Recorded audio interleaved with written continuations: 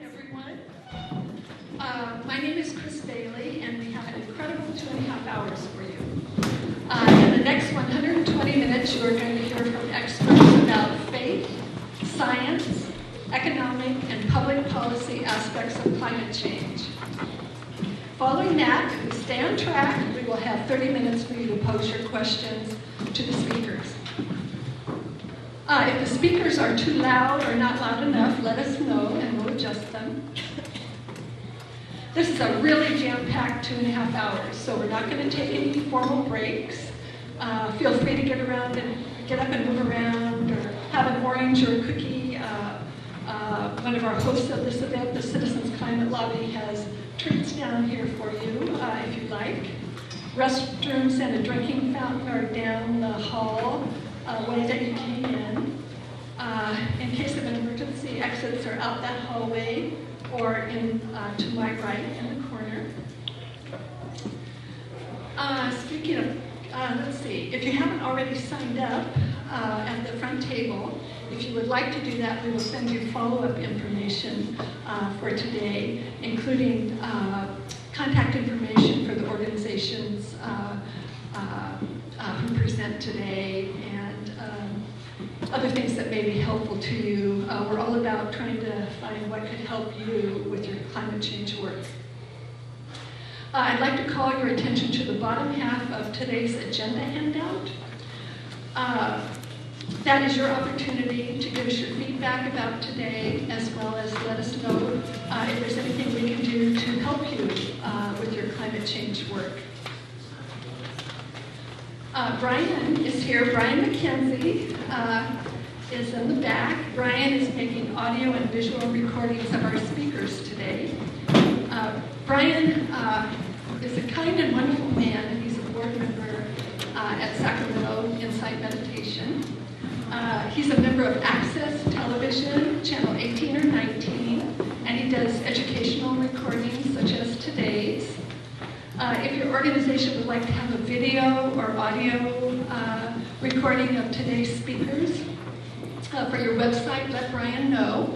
Or if you miss him today, let me know and I'll put you in touch with him.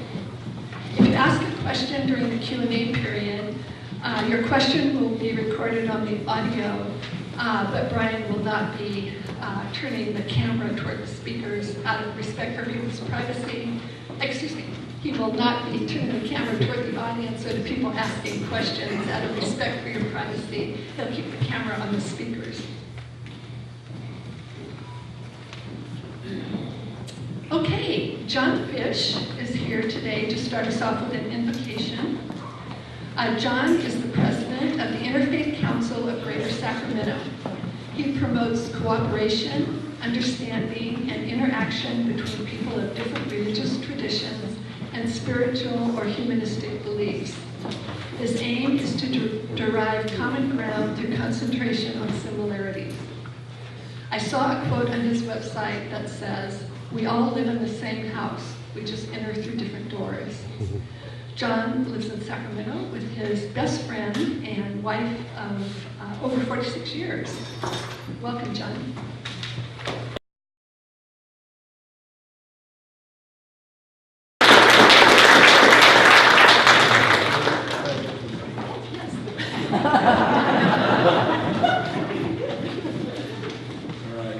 Will you pray with me, please? To thee, our God, we bow our heads in reverence and in the attitude of prayer. We give thee thanks for many blessings. We're grateful to be assembled as family and friends and associates, as brothers and sisters. And we pray on this day that our hearts will be pure and our minds will be open, that we might have eyes to see and ears to hear the truth and the goodness taught to us by our brothers and sisters. We pray for peace this day, peace in the world, peace in our nation, peace in our communities, and peace in our minds and our hearts, that the good works of good people might spread forth upon the land. We ask for faith and courage in our daily walks through life, that we might follow thee and the precepts given to us by our leaders of goodwill and good works. We are thankful on this day for this magnificent earth on which we live, and we pray for understanding and increased knowledge as we care for our surroundings. We ask for a spirit that will allow us to be true conservators and helpers to our environment, our physical surroundings, to our approaches to life and liberty and the pursuit of happiness. As brothers and sisters in the work, we desire to be enlightened, encouraged, and uplifted by those about us. And we pray that those who teach us and speak to us this day might be equal to that task. That when we leave here, we shall find ourselves overpowered with gratitude that we attended. We express a strong desire, O God, to love one another, to help those with burdens and struggles from within and from without, and to allow others to reach out to us with aid and assistance. We strongly desire to be found doing good, always helping others, sometimes for no other reason than to just do good for good's sake. May we be blessed with more moisture in our state, for we need water for our life and our approaches to life. May we be blessed with more compassion toward other people, that no one will go ignored or cast off. May we be blessed with the spirit of practicing in our daily living that will show others that we are good. And may we come to know and understand the many concepts and principles that will enrich our minds and our spirits, allowing us to grow, that we might stretch and reach toward a loftier goal in life. And may this be true this day and always is our prayer. Amen.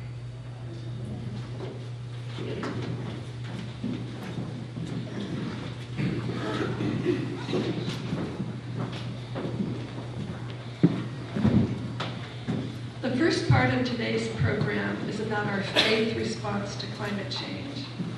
We have leaders from Christian, Buddhist, Muslim, and Jewish communities to provide the perspectives of their particular faiths on this issue.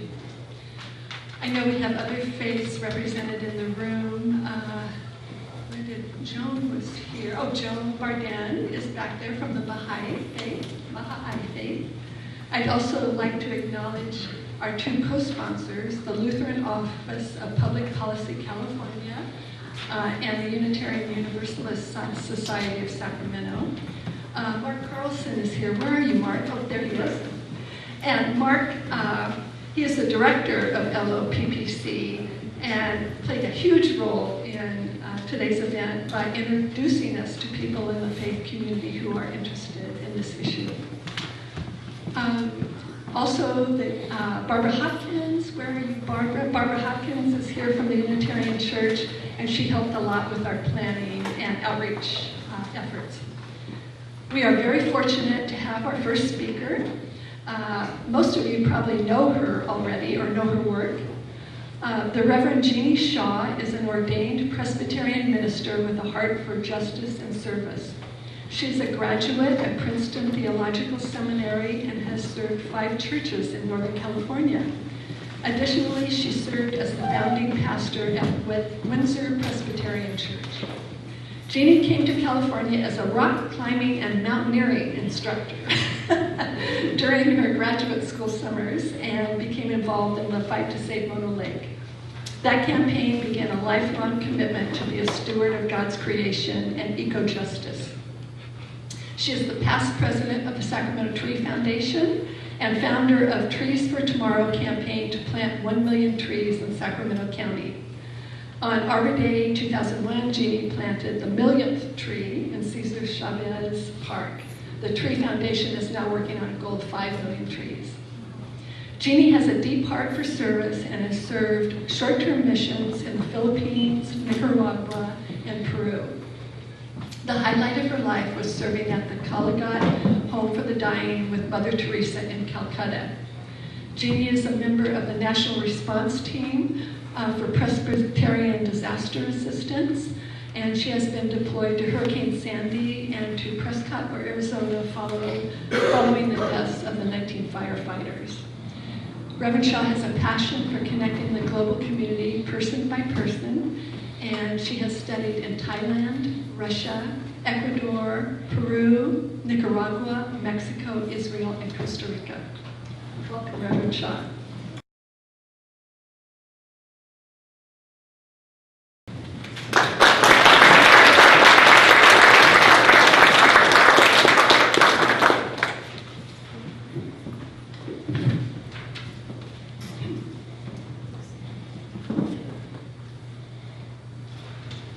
Thank you for the extraordinary privilege of being with you this afternoon. There's some real varsity team working for the environment in this audience, and I'm very humbled to be part of it.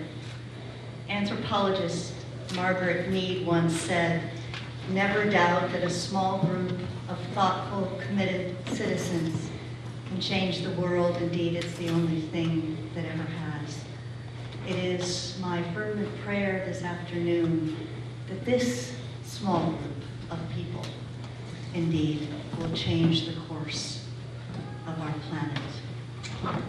Certainly none of us would be here this day without the tenacious passion of Christine Bailey. And on behalf of all the speakers, and I'm sure all of you, we would like to thank Christine for her extraordinary work.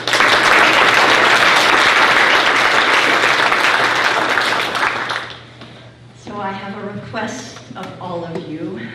You might remember Marc Dubois, who was the Earth coordinator, global coordinator for Earth Day 2000, a lifetime environmental and activist, and has been perhaps most known for chaining himself to the rock during the Stanislaus River campaign in protest of the Army Corps of Engineers flooding prior to the Corps release.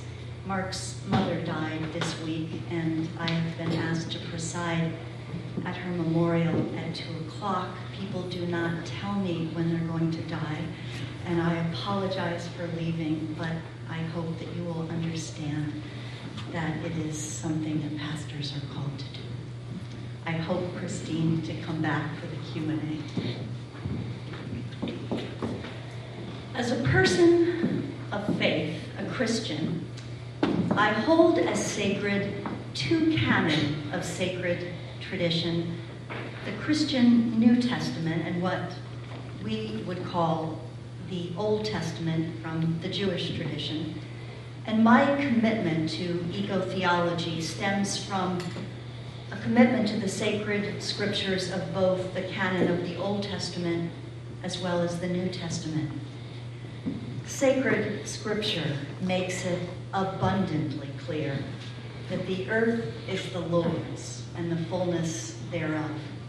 And from the very first chapter in Genesis, we hear over and over and over again that God saw everything and that God had made, and behold, it was very good.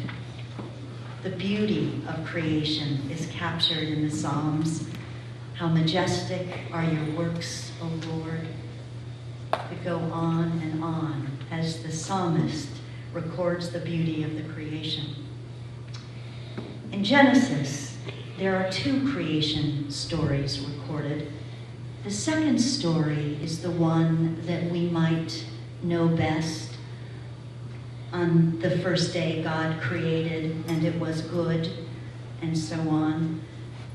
But it's the second, or the first creation story, the one that is more anthropomorphic, that I want to focus on today, because I think it has molded our Western society in a way that I think demands confession. In this story, God is walking in the cool of the night and literally molds humanity from the dust of the earth. There's a Hebrew pun in this image, Adam meaning man and Adamah meaning soil. Literally, God created Adam from Adamah, or maybe in my attempt at an English translation, God created humans from humus. We are connected to the very, very substance of earth.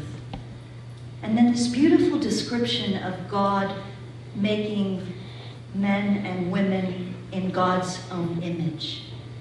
And the story continues then, detailing 2 sets of Hebrew words, instructing humankind on how we are to fulfill being created in God's image.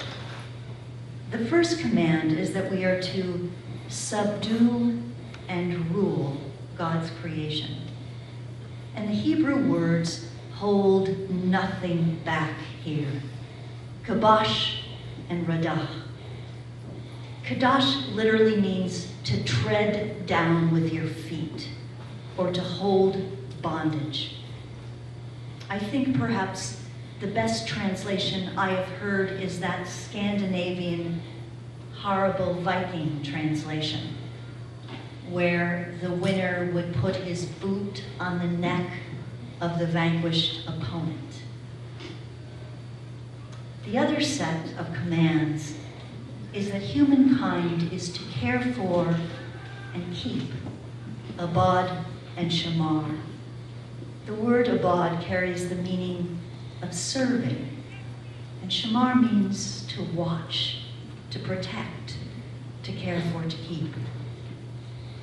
And in understanding sacred text, we have to be careful that we study Scripture exegetically, literally meaning from the Greek, to bring to light.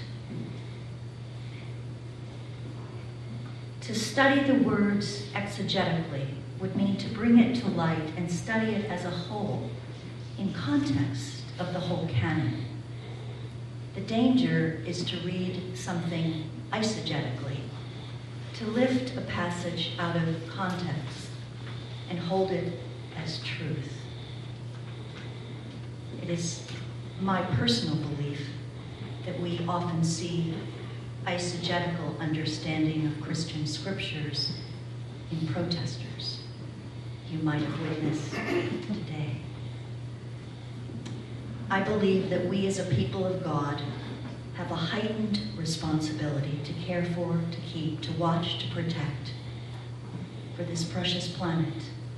When we say Creator God, we have a responsibility then to care for and keep God's creation. And I believe that for centuries we have sinfully misunderstood our role as Kabosh and Radah, subduing and ruling creation, rather than Abad and Shamar, care for and keeping, being stewards of God's creation. In the Abrahamic religions, humans are said to be created as God's vice-regents and granted the blessing and privilege of dominion over all things. The term given dominion, from the root mashal, meaning to rule, is a word borrowed from the Semitic field of royalty. Kings are given dominion by the people.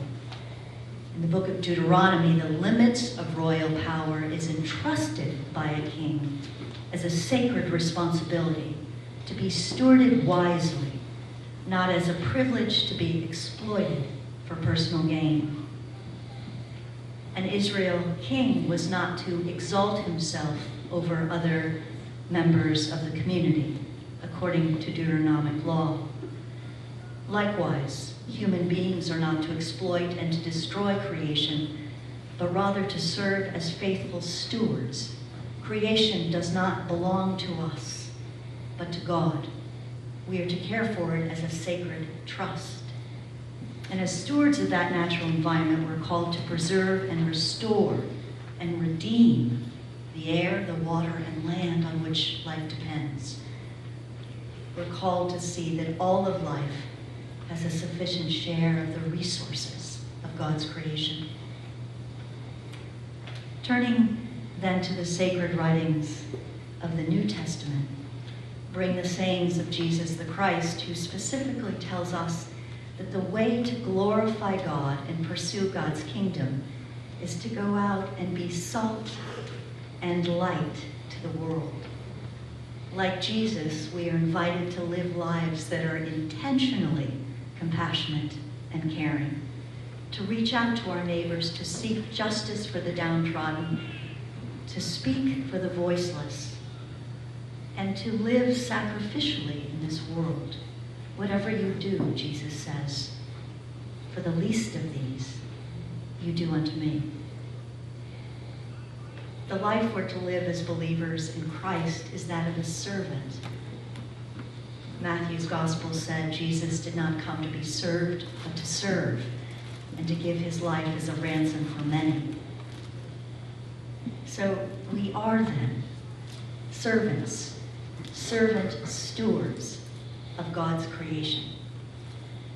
In Paul's letter to the Church of Rome, Paul writes that all of creation waits with eager longing for the revealing of the children of God, and all creation has been groaning and waiting. And the concept of Paul is that it is the whole of creation waiting to be redeemed, and is a concept that I find mirrored in perhaps the most well-known verse in the New Testament. In John's Gospel 3:16, John writes, "For God so loved the world that God sent God's only Son." You may have seen this particular verse written on Tim Tebow's cheeks during a nationally aired football game, for those who follow football. But John writes that God so loved the world. John did not write, "For God so loved humankind," even though that is certainly implied. But it is for God's whole world that God sent God's Son. And it's in Jesus Christ that I find the hope that I need to work to redeem the brokenness in our world. Broken relationships, brokenness in our justice system, and certainly brokenness in God's creation. As someone who is called often to do disaster works, I've seen firsthand what a disaster can bring to God's community. Certainly, we remember this visual of Hurricane Katrina. And this sign on all of the doors marking how many deaths on each door and which body responded. And then there was the Joplin tornado, 5-mile swath of tornadoes that for 12 minutes roared like a steam engine across Missouri. This high school was planning graduation, and that afternoon they realized that there were too many people and moved it to the community center. The hurricane, or the tornadoes, hit exactly during graduation, and it was miraculous that it had been moved. The house that we were working on was a house where the woman ducked at the very last moment as she was opening the door to let her cat in, and her cat flew up in the air, and she ducked between her washing machine and dryer as the roof imploded, and everything in the house was absolutely matchstick splintered, except for that tiny space that she had waited out the 12 minutes of the storm. I took her 10-year-old son Keegan fishing because he'd lost everything, and I bought him a fishing rod. And I asked him if any of his other friends had experienced the tornado and lost their home as well. And he nodded and told me about his friend Rachel, who was 5. And Rachel and her mother were in her mother's Toyota. You do not want to be in a car during a tornado. And seeing these wall of tornadoes coming right at them and not a chance to outdrive it, her mother had grabbed Rachel's hand and run and thrown her in a ditch, and as parents are wont to do, covered her daughter with her own body. 12 minutes of this roar with nails, boards, and trees flying through the air. They got up and they were totally unscratched. And the mother, in shock, was saying, "How did we survive? How did we survive?" And Rachel said, "It was the butterfly people, Mommy." And the mom said, "Butterfly people?" And Rachel said, "Yeah, didn't you see them? The people with wings that held you down?" And that image was one that many children saw. And so all over Joplin, they have done murals of butterflies to help heal the children. After Joplin, there was Hurricane Sandy, 900 miles on our own seaboard. In some communities, there was no power for over 3 months. This particular church that I visited had a steeple that had gone right through the roof like a sword. And then, of course, this was the last photo taken by the hotshots as they entered the Yarnell fire. This was given to me by the pastor of this man, Tokut, who was one of the 19 that was killed. They made a makeshift memorial that went all the way around the hotshots station, and these are their 19 shuttles. And then just 2 months ago, I was in the Philippines. And as much as devastation as I've seen, I have never seen the absolute destruction as I did in the Philippines. That is an SUV that was pulled up. The tragedy of this particular storm were that the Philippine people were told that there was a typhoon coming, and they understood what to do. They would go to the cement buildings, the airport, the elementary school, the call center, or the hospital. But in this case, they were not told that there would be a surge tide. And when the 40-foot wall of water came through, and the people were hunkered down in their building, this is the hospital. Families were drowned. There's over 8,000 that were killed and over 20,000 missing from the Tacloban city that I served in. From Tacloban, we heard these amazing stories, like this one where 3 nurses were living, and they were huddled in their house as the waters rose and had to make the awful decision whether to go on the roof where sheets of metal were coming and the winds were close to 200 miles an hour, to go outside where the surge tide was taking everyone out to sea, or to stay inside as the waters rose and possibly drown. This is Wisan. They stayed inside the house and survived, but many did not.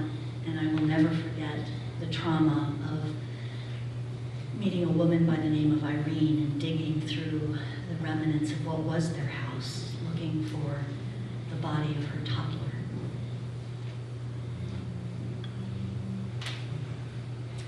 We drove for 6 hours, and for 6 hours, this was the devastation.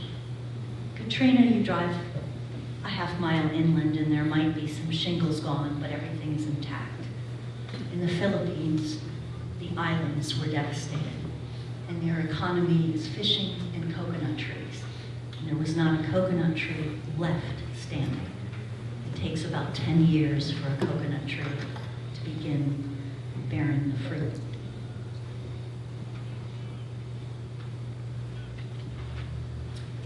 There was 3 barges, ships, that were blown in about a quarter of a mile. This pile of debris that we were walking on top of was 2 stories tall. One of the hardest things that I do in these disasters is try to comfort and bring back the livelihood of people who lost everything. And this is where confession comes in. As a Christian who is charged to care for and keep God's precious planet, I have not done enough. Because it is children like these that have been affected. It is the children in Joplin and Katrina and Nashville and Galveston and all over the eastern seaboard in our own nation. And it is not enough to not do everything we can to make sure that we redeem God's precious creation.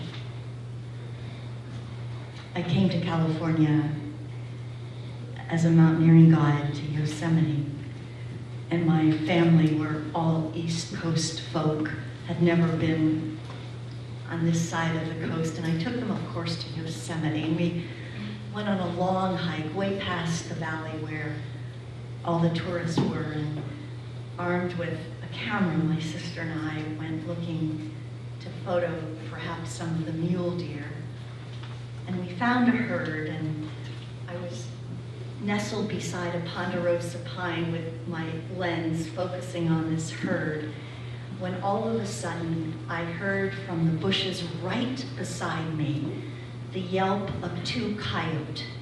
And the coyote came screaming out of the brush and started running around this circle where the deer immediately formed kind of a Conestoga wagon with their tails in, absolutely frigid, absolutely not moving. And the coyote started running around, and I realized that they were trying to get the weakest one to break away and feed. And that was the deer that they would then bring down. And as I watched, the coyote circled this herd and came all the way around, and they were so intent on watching this herd of deer that they weren't aware that I was here. And so right at the last minute, as the coyote were right here, I stepped in front of them like this, and the coyote put the brakes on and skidded into me, and then went yelping into the manzanita on the side. And the deer in the circle were just frozen, and then by some unknown signal, just relaxed. That is all except the largest deer. And he started walking right toward me, and I froze. And as he walked toward me, I held out my hand, and he came right up and put his nose in my hand. Now, I don't speak deer, but I know he was saying thank you.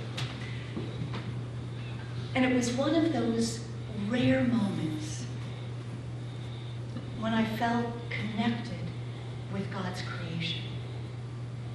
And I believe that is the intent of God and humankind when God made us stewards of the earth. That we would be so connected with all of creation that we would be one. We have a lot of confessing to do, but that confessing must begin with the redemption of action. And it's a privilege to be among you, action-oriented folks. Thank you, Chris, and thank you all.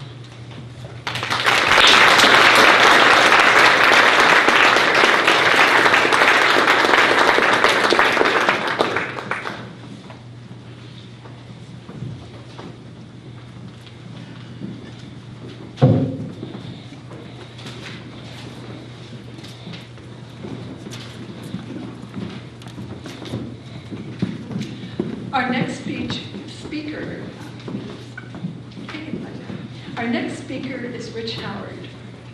When the idea came up to have this event, I first contacted Rich about how to go about doing this. Rich came up with the event name, with the event description, and the framework for doing it.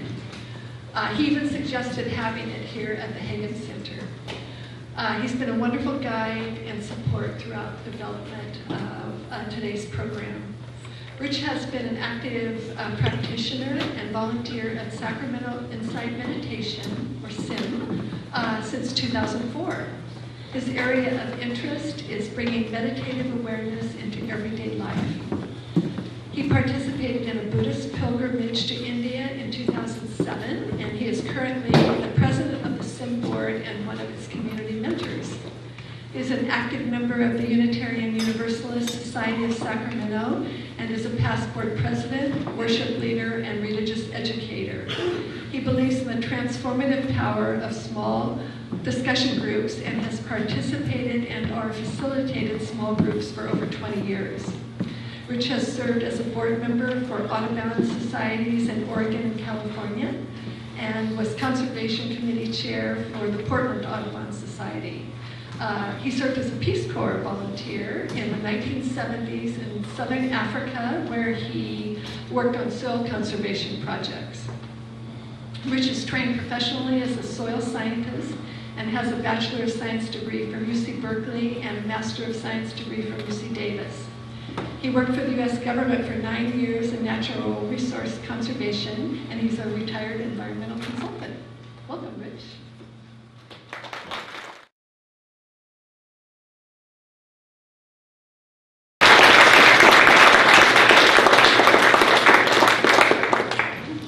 Thank you, Chris. The cover article for the winter 2008 issue of Buddha Dharma magazine was titled, "Can Buddhism Save the Planet?" The fact that we're here together today makes clear the answer to that question is no, not alone. But along with members of other faiths, Buddhist teachers and practitioners are speaking out, calling for action on climate change consistent with our values. In November 2009, the Dalai Lama became the first person to sign a petition called A Buddhist Declaration on Climate Change. Since then, over 5,000 people have signed on. You can find the petition and an analysis of the first 5,000 signatories, Buddhists and non-Buddhists from all over the world, as well as a wealth of other information on Buddhism and climate change at ecobuddhism.org. This past June, 50 senior teachers of Vipassana or Insight meditation met at an international conference at Spirit Rock Meditation Center in Marin County. Over 2,000 meditation students had sent them a request for teachings and guidance on a wise response to climate change, specifically the role Buddhism might play and the responsibility of those who share the teachings. As a result of that gathering, the website One Earth Sangha was established to be a repository for those teachings and an exchange of ideas with regard to the Dharma and climate change. In October of last year, Buddhists from around the U.S. and abroad participated in the first annual Earth Care Week. Subsequently, Buddhist teachers from Africa, Europe, Asia, Canada, and the U.S. issued the Earth as Witness, International Dharma Teachers' Statement on Climate Change. This document describes core Buddhist insights into the root causes of the climate crisis and ways to minimize its potentially tragic consequences. Specifically, it focuses on applying to climate change the central teaching of all schools of Buddhism, the Four Noble Truths. The first, that there is suffering, which encompasses dissatisfaction, discontent, stress, etc. Second, there is a cause for suffering. The third, that there can be an end to suffering. And the fourth, that there is a path leading to the end of suffering, known as the Noble Eightfold Path. The rest of this talk is an example of how we might use the Noble Eightfold Path to investigate and take responsibility for our own actions with respect to climate change, one of the greatest environmental and economic challenges of our time. The sixth factor of the Noble Eightfold Path is wise action, which includes 5 training guidelines known as the precepts. The late Zen teacher John Daido Loori wrote, "To practice the precepts is to be in harmony with your life and the universe." We ask, how might this look as applied to climate change? While the precepts are traditionally stated as refraining from harmful actions, I undertake the training to refrain from killing, from stealing, from lying, etc. We will use a version of the precepts stated as positive intentions. This version was developed by Sacramento Insight Meditation's founding instructor, Dennis Warren, as the 5 practices of daily life, and is used here with his permission. First precept, my deepest intention is to act with care, concern, and non-harming toward all forms of life. In our own practice and in responding to climate change, the first step is to open our awareness to the harm we have caused by our past actions and to our deep connections. Feeling our connection with nature on a walk in the neighborhood or a hike in the wilderness reminds us of why we care about this earth and all its inhabitants. This openness is the first step to seeing things as they are, rather than how we would like them to be. Nevertheless, this step should be taken with a measure of kindness and equanimity. Feeling the harmful effects of our actions and researching the known effects of climate change can feel overwhelming. So setting an intention to proceed with a balanced mind or taking steps to restore balance when necessary can be helpful to the process. There are numerous credible sources documenting the current effects of climate change and the immediacy of the need for action.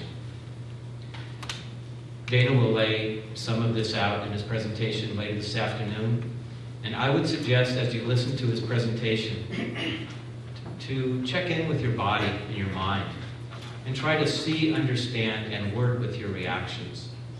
This is a way of not being paralyzed by the enormity of the challenge we face.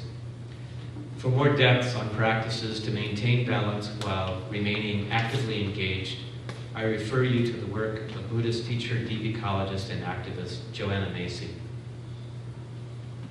The Zen master Thich Nhat Hanh was asked what we need to do to save our world.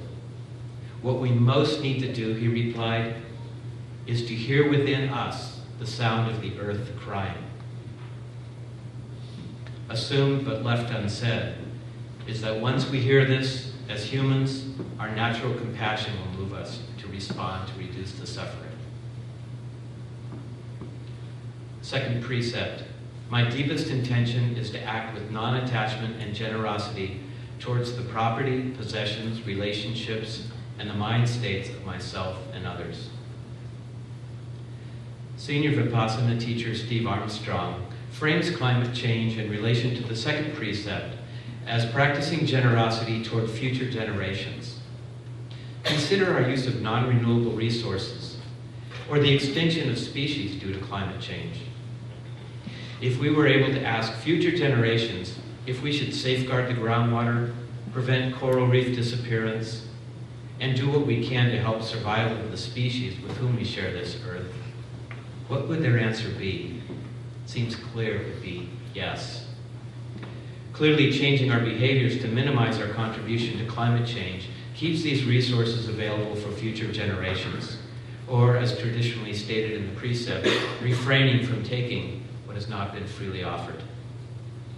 If we can maintain an awareness of the effect of our actions on future generations, we would make better choices for the quality of life today and in the future. As the Buddhist Declaration on Climate Change puts it, from a Buddhist perspective, a sane and sustainable economy would be governed by the principle of sufficiency. The key to happiness is contentment rather than an ever-increasing abundance of goods. The third precept, my deepest intention is to act with compassion, support, and cooperation in all my relationships.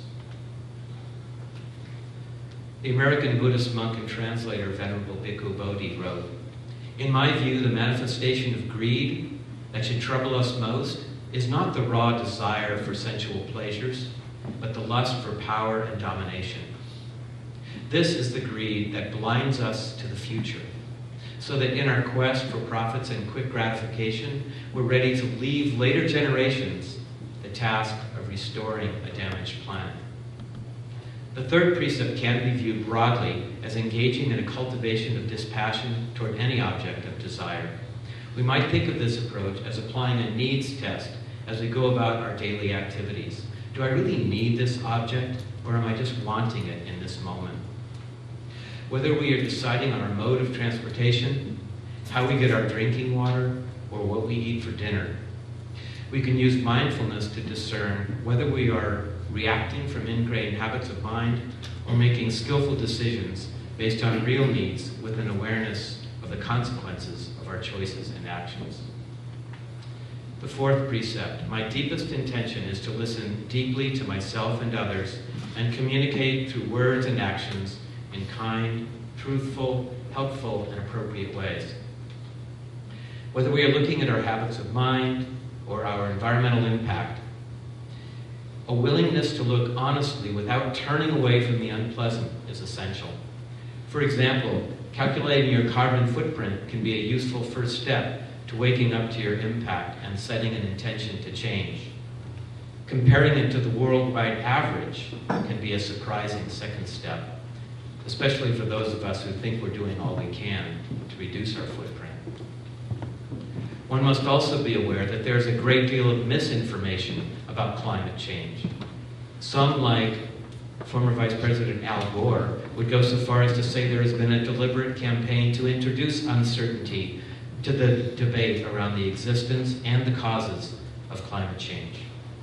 David Loy, a Zen Buddhist teacher, author, and renowned social activist, and Dr. John Stanley, a biologist and director of ecobuddhism.org, wrote, "The effectiveness of corporate misinformation about global warming suggests that our most immediate problem is lack of awareness."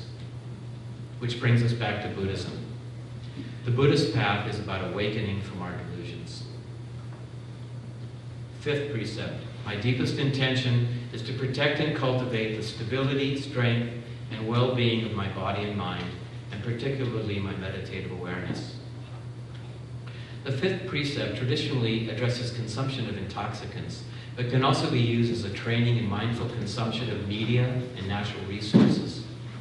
The Buddhist Declaration on Climate Change lays out a practical approach for our individual action in this area. Individually, we must adopt behaviors that increase everyday ecological awareness and reduce our carbon footprint.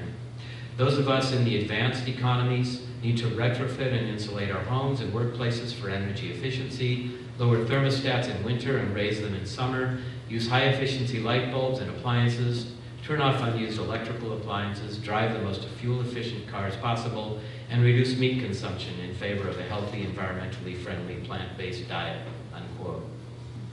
However, individual action is only a start and will not be enough to address such a deep global crisis. Collective action is needed now. The International Dharma Teachers Statement on Climate Change declares, to fulfill our wider moral responsibility, we must join with others, stand up to the vested interests that oppose change, and demand that our economic, social, and political institutions be fundamentally altered so that they protect the climate and offer nurturance and support for all of humanity in a just and equitable manner.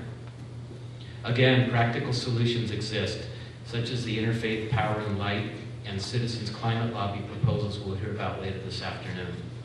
As we work with the training precepts, may we cultivate and develop wise view, wise intention, wise action, and all of the factors of the Eightfold Path to address the effects of climate change as part of our efforts to reduce suffering for all beings.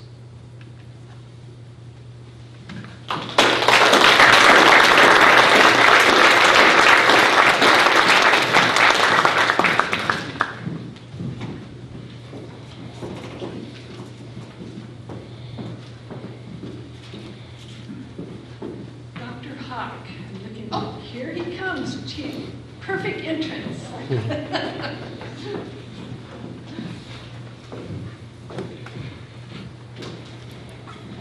Dr. Hawk is a teacher and a community leader. He was born in Pakistan and he received his bachelor's degree from the University of Karachi. He received his master's and PhD in economics from the University of California, Davis. He has taught college, managed his own business, and worked for the government. He has been involved with Salam Islamic Center for 24 years, served as its president, and worked on its board of trustees for several years. He has also served on the board of directors of the Muslim Mosque at 411 V Street in Sacramento. For the last 5 years, he has been serving as president of the Council of Sacramento Valley Islamic Organizations, which is an umbrella of all the mosques and Muslim organizations in the greater Sacramento area. Dr. Hawk has been involved with interfaith work for 25 years in the Sacramento area. He has served on the board of directors of the Interfaith Council of Greater Sacramento and continues to remain involved with interfaith work of creating peace and better understanding through bridge building. He believes that the best way of serving God is by serving his creation and by creating a better world with love and peace. Dr. Hawk.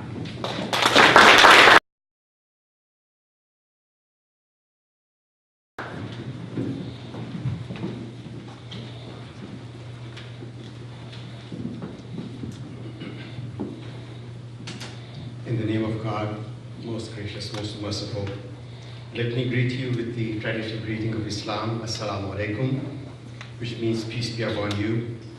I wish you health, happiness, prosperity, and the unlimited blessings and mercy of Almighty God. My dear friends, brothers, sisters, because Islam is something that is somewhat misunderstood, let me give you a quick overview of what Islam is as a set of teachings, and then I will come and speak about the issue of climate change and what God has said about things related to climate and all those points. Islam is not a new faith.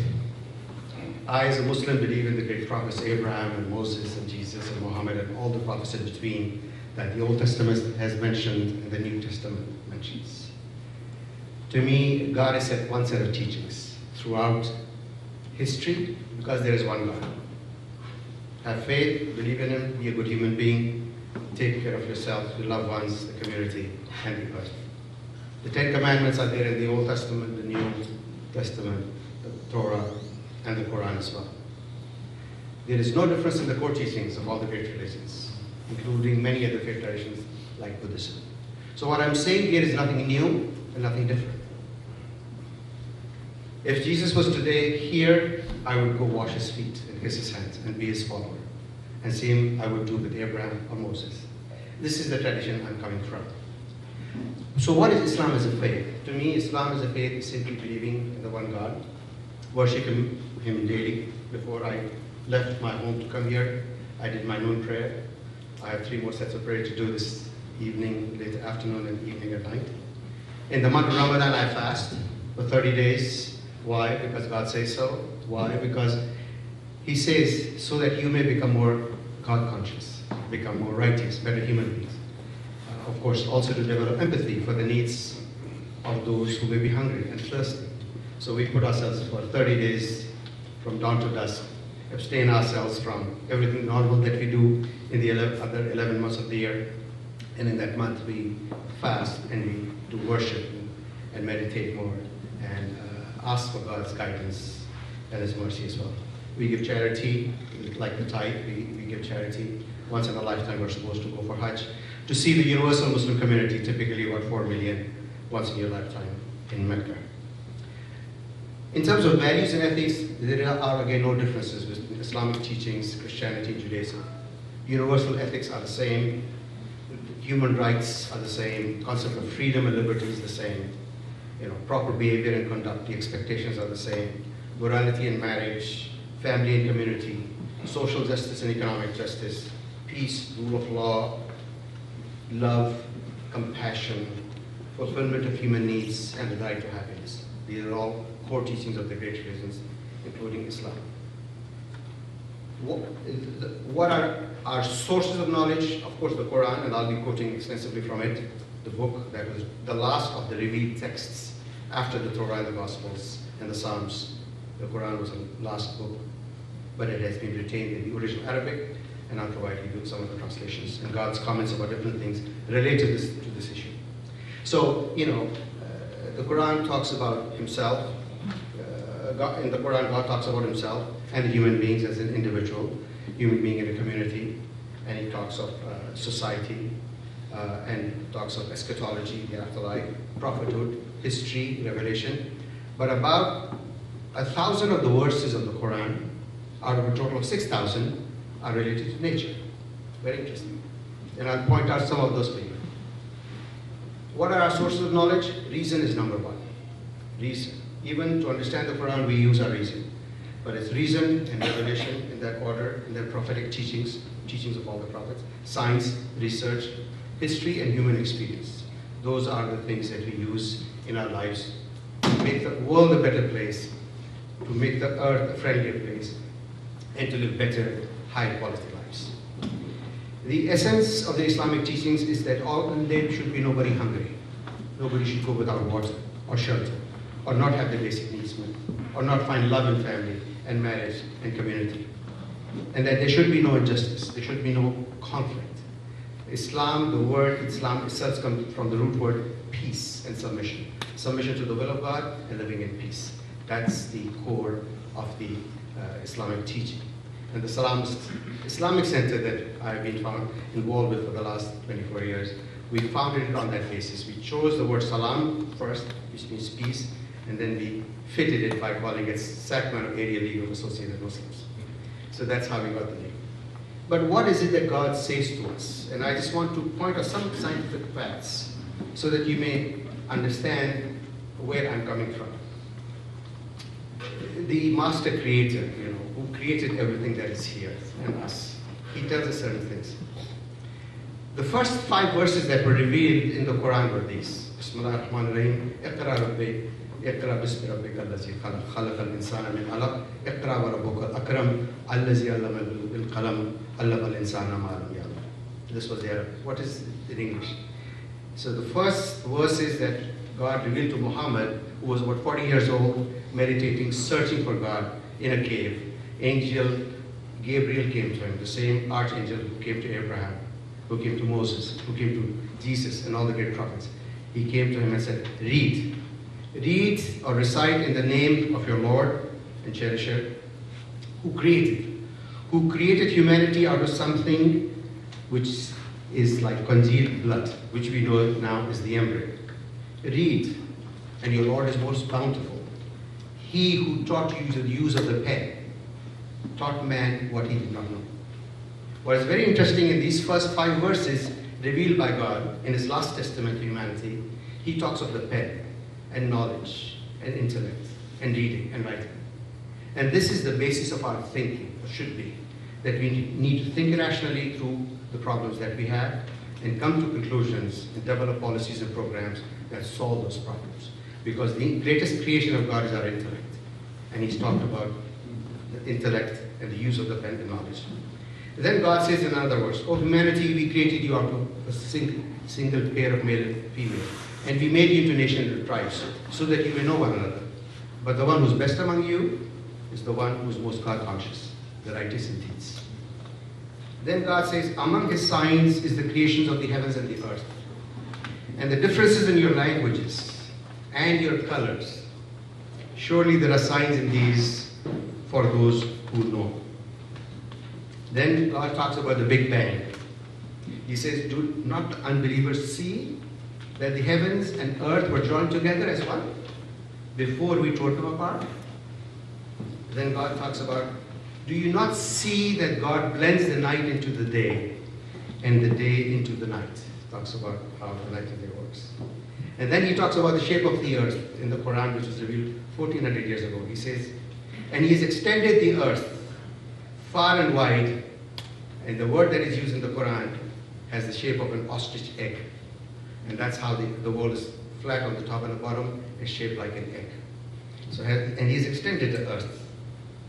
And he is the one who has made the group of stars in the skies that we see here, and placed a lamp therein, which is the sun, and a moon giving light. In the Quran, God calls the sun Shams, or Siraj, a torch, a Wahaj, which means a blazing lamp, something that gives out heat and light, and calls the sun Munir, which means which reflects light, and the word Qamar, which also means something that reflects light. Then God says he created the night and the day and the sun and the moon. All the heavenly bodies go along, each in its rounded path. Talking about the solar system, 1400 years ago. Then he says, we made every living thing from water. And we know every living thing in this earth is made from water. He says, we made every living thing from water, and then will you not believe? In other words, God says, glory to God, who created all things in pairs that soil produces, and also their own kind, talking about us, and other things that were created in pairs that you may not know about. Then God says, does humanity think that we cannot assemble its bones together? He's talking about the fingertips. He says, does not humanity think that we can assemble the bones together? Yes, we are able to put together the very tips of human beings' fingers perfectly. And we know that we use fingertips as a mark of identification because no two human beings on this earth have the same fingertips. And then God talks about water. And in many places he talks about water. Do you not see the water that you drink? Do you bring it down as rain from the cloud? Or do we send it? Why do you not then give thanks to God? What a beautiful verse. You know, we take things for granted. And he reminds people that do you not see the water that you drink? Do you bring it down as rain from the cloud? Or do we send it out? Why do you not give thanks to God? And he talks about the water cycle. Look at the winds, how they drive the clouds, which brings the water to an earth that is dead, which gives life to the earth and brings out fruits and other things that you eat. Why do you not give thanks? And so the whole thrust of the Quran, as I mentioned, about a sixth of the Quran is talking about nature in various places. Simply because God says, in nature are my signs. So everything around us in nature, the beauty, the power, what it produces for us, what it does for us, how it feeds us, this is all part of God's signs. And we should never forget that. At the same time, the problem that God reminds us about as human beings, and these are a couple of verses that came after those 5 verses. He says, alas, man oversteps all bounds. He thinks of himself as self-sufficient. He's rebellious. Surely to your Lord is your return. So my friends, the point is that I pointed these verses from the Quran simply to tell you that I come from a faith tradition from which I see what God is asking of me. He tells me, be just on this earth. Be good on this earth. I have appointed you as a vice chair, as a trustee, as a manager. The earth belongs to God, but he's given it to us to run it. We don't own it. We don't own the powers of nature. We have to work with nature. It is something that God has ingrained his laws in nature. When the tectonic plates shift, we can control it. When there are earthquakes and storms and other things happen, recently, a couple of weeks ago in Indonesia, there was one of the volcanoes erupted. We cannot control it. But it is our responsibility to find ways to make the earth more friendly, manage it in better ways. This earth is for us and our children and our grandchildren. Therefore, we need to be responsible. But God complains about us in the Quran. You human beings, you are always in a hurry. You want to be wealthy. You want to acquire things. You're always after material pursuits. And it is part of the reflection of this philosophy that at this point in time, we are suffering these issues of climate change. If the Quran was revealed today, I can bet God would directly comment about the issues that we are facing, as he did about the issues that were there about 1,500 years ago. Also, I want to conclude with a couple of other points. The Prophet Muhammad, the last of the prophets in God's tradition, with whom the Quran was revealed and concluded, he has some beautiful sayings about why we need to take care of the earth. He has said many things about water, why we need to be responsible and take care of water. But he talks about other things also. He says, if you are planting a tree and the world is coming to an end, go ahead and plant the tree. Go ahead and do it. The point is that we need to take care of this earth. And this is where we have failed as human beings.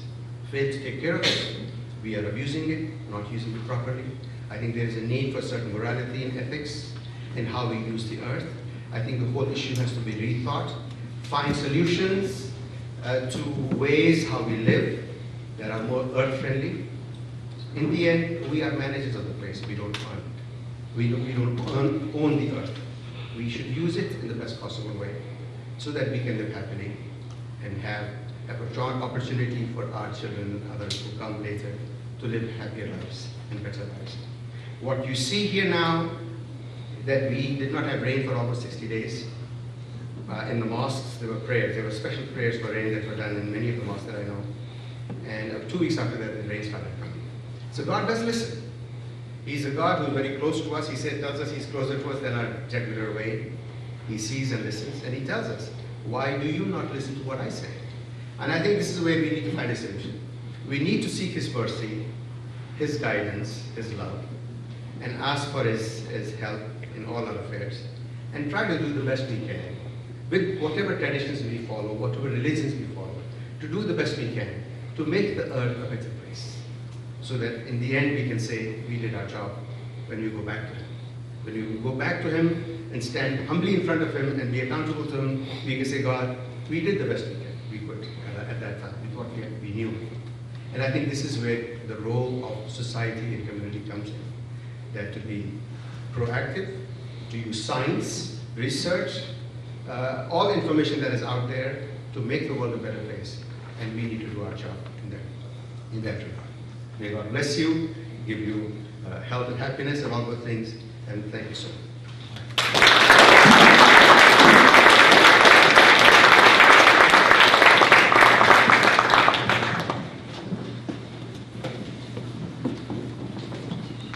Okay,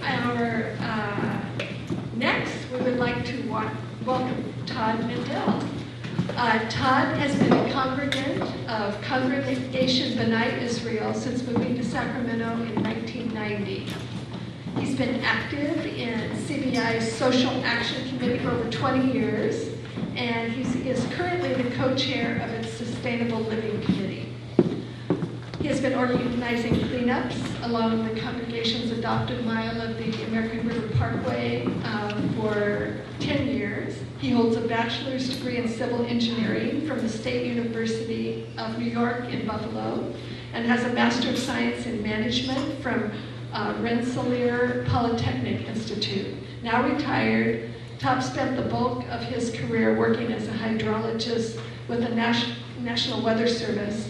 In talking with him ahead of time, I learned a little bit that his job was predicting water supply. So we could have a whole nother conversation with him. Welcome, Todd.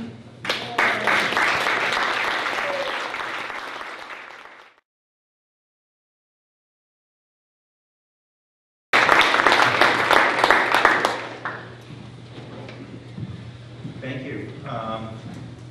Thank you very much, Chris. Thank you for the invitation. And excuse me. Thank you. I am a congregant of Congregation B'nai Israel. Okay. Yeah. I am a congregant of Congregation B'nai Israel. It is a Reformed Jewish congregation, so my remarks will be from the perspective of that branch of Judaism. Rabbi Alfie sends her regrets. She was not able to make it today. She asked me to speak in her place, so please understand that I will be speaking out of necessity from a lay perspective.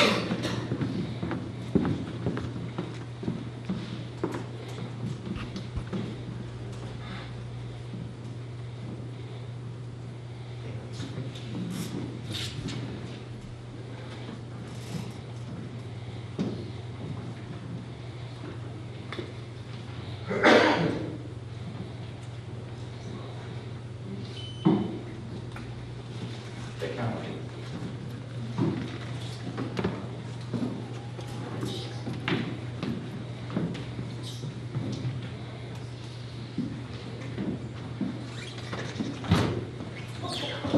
Okay, well, we can just go ahead.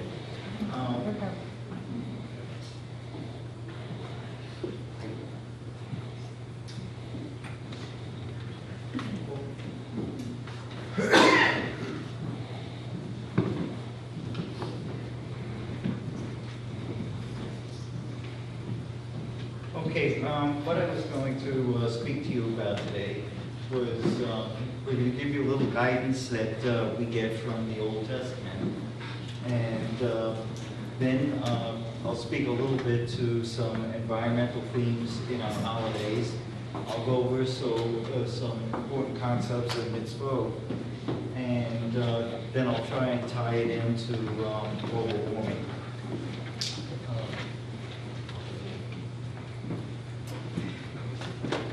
Next slide, please. Okay. When I was putting together this book, I was wondering where to start. And then it came to me that maybe I should start at the beginning. Voracious. The first 3 words in the book of Genesis are in the beginning. And in the beginning, God created the heavens and the earth. And we must honor and respect what has been created. This includes animate objects, inanimate objects. Everything that God created serves a purpose, and we must respect that.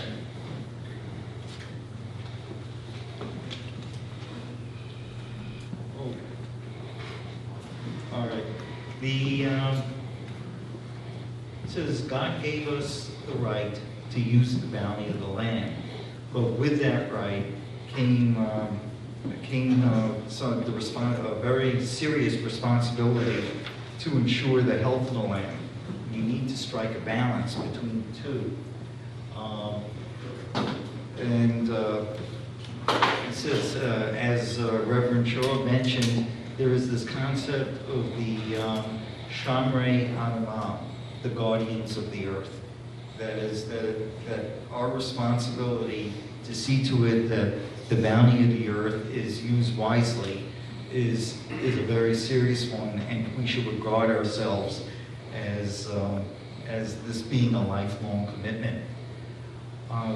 We get from the story of Noah some very interesting aspects as to the importance of all species. Here we are in the face of a major disaster, and yet it was very, very important to ensure the propagation of all species, not just mankind, not just certain animals, but all species needed to be propagated and respected. There is another aspect to the story of Noah, one that is a bit less known, and that is for the requirement for mankind to reform. That is, there was a warning in there that if we did not mend our ways, then this would happen again. The earth would be destroyed again, and it might not necessarily be from a flood. So it was just another warning that we need to act in a very environmentally friendly way. Okay, we have a lot of these environmental themes carried through to some of our holidays and festivals, and I'll just give you a couple of examples. One of them is a holiday called Tu B'Shvat, and it's considered to be the Jewish New Year for trees. It's a holiday that's been revived over the last 50, 60 years or so, and it's one where we celebrate the earth, and in effect, it's come to be kind of a Jewish Earth Day. And it's just a holiday where we acknowledge the importance of the environment in our existence. The next holiday I'd like to talk about is Sukkot. It's a harvest festival. It's in the fall. It falls at the end of the dry season, and when you expect the rainy season to begin. And this, what's interesting about this holiday is there is, as part of it, it's a 7-day, like many of our festivals, they last 7 days in Israel and 8 days in the diaspora. And on the last day, there is a prayer for rain. It's called Hoshana Rabbah, and this is the day when the Lord decides how much it's going to rain over the next season, and it's dependent upon what has occurred, the activities of the congregants or of the community. So I think from that we can infer that there are some folks in California who need to do some serious reflection.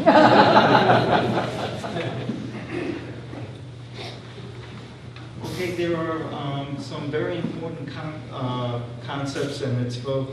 The word mitzvah is very often misunderstood. A lot of people think it means a good deed. Well, it can be a good deed, but it actually means commandment. There are 613 commandments in the Torah, And don't worry, I'm not going to go through them. But one of them is the concept of Bal Tashi, do not destroy. Do not destroy the land, do not destroy the work of others. And this is a very, very important concept that goes back to the idea that we must respect our fellow humans and the rest of the inhabitants of the earth. The example that's always cited is that of a fruit tree. Fruit trees cannot be destroyed. If somebody wants to come in and develop the land, they're not supposed to take down trees that bear fruit or other types of food for the members of the community.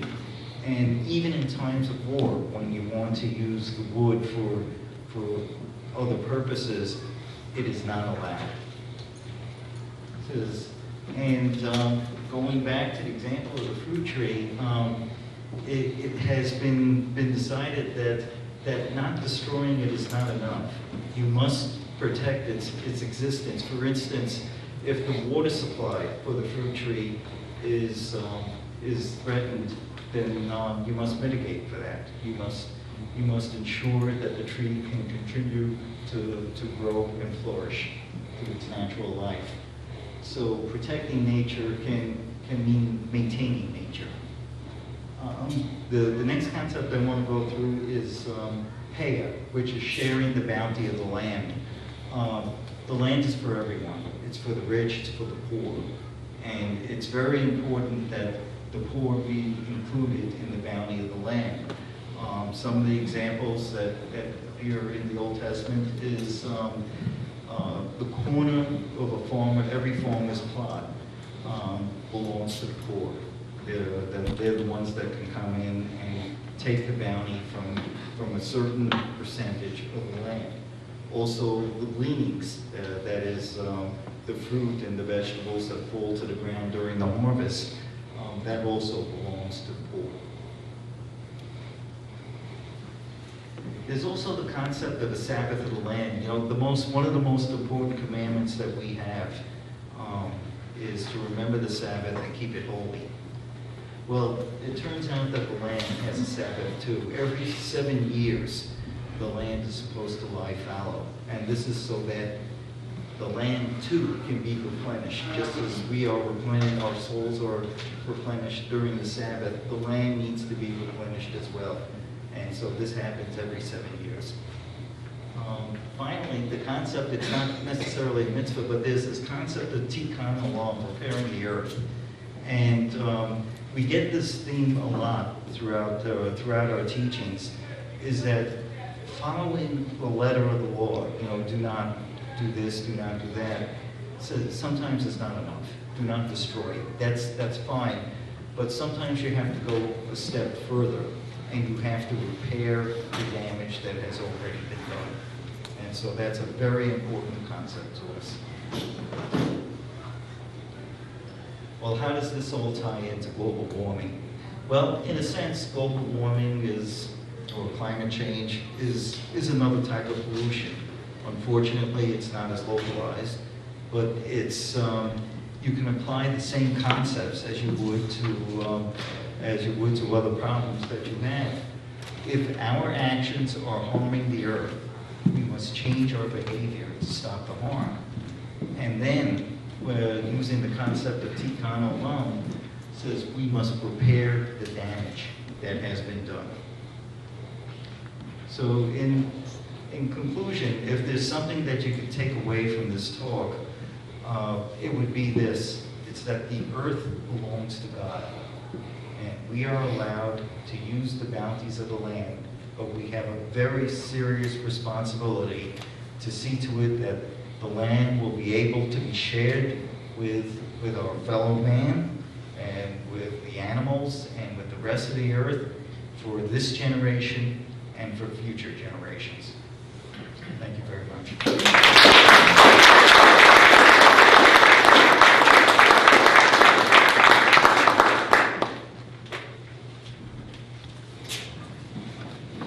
Before we go to the next part of our program, I'd just like to take a moment to acknowledge that Faith Whitmore is here. Faith is a former pastor of St. Mark's Methodist Church, currently Chief of Staff to Congressman Amigera. And we really appreciate that the Congressman sent such an important person to hear what we have to say. Thank you.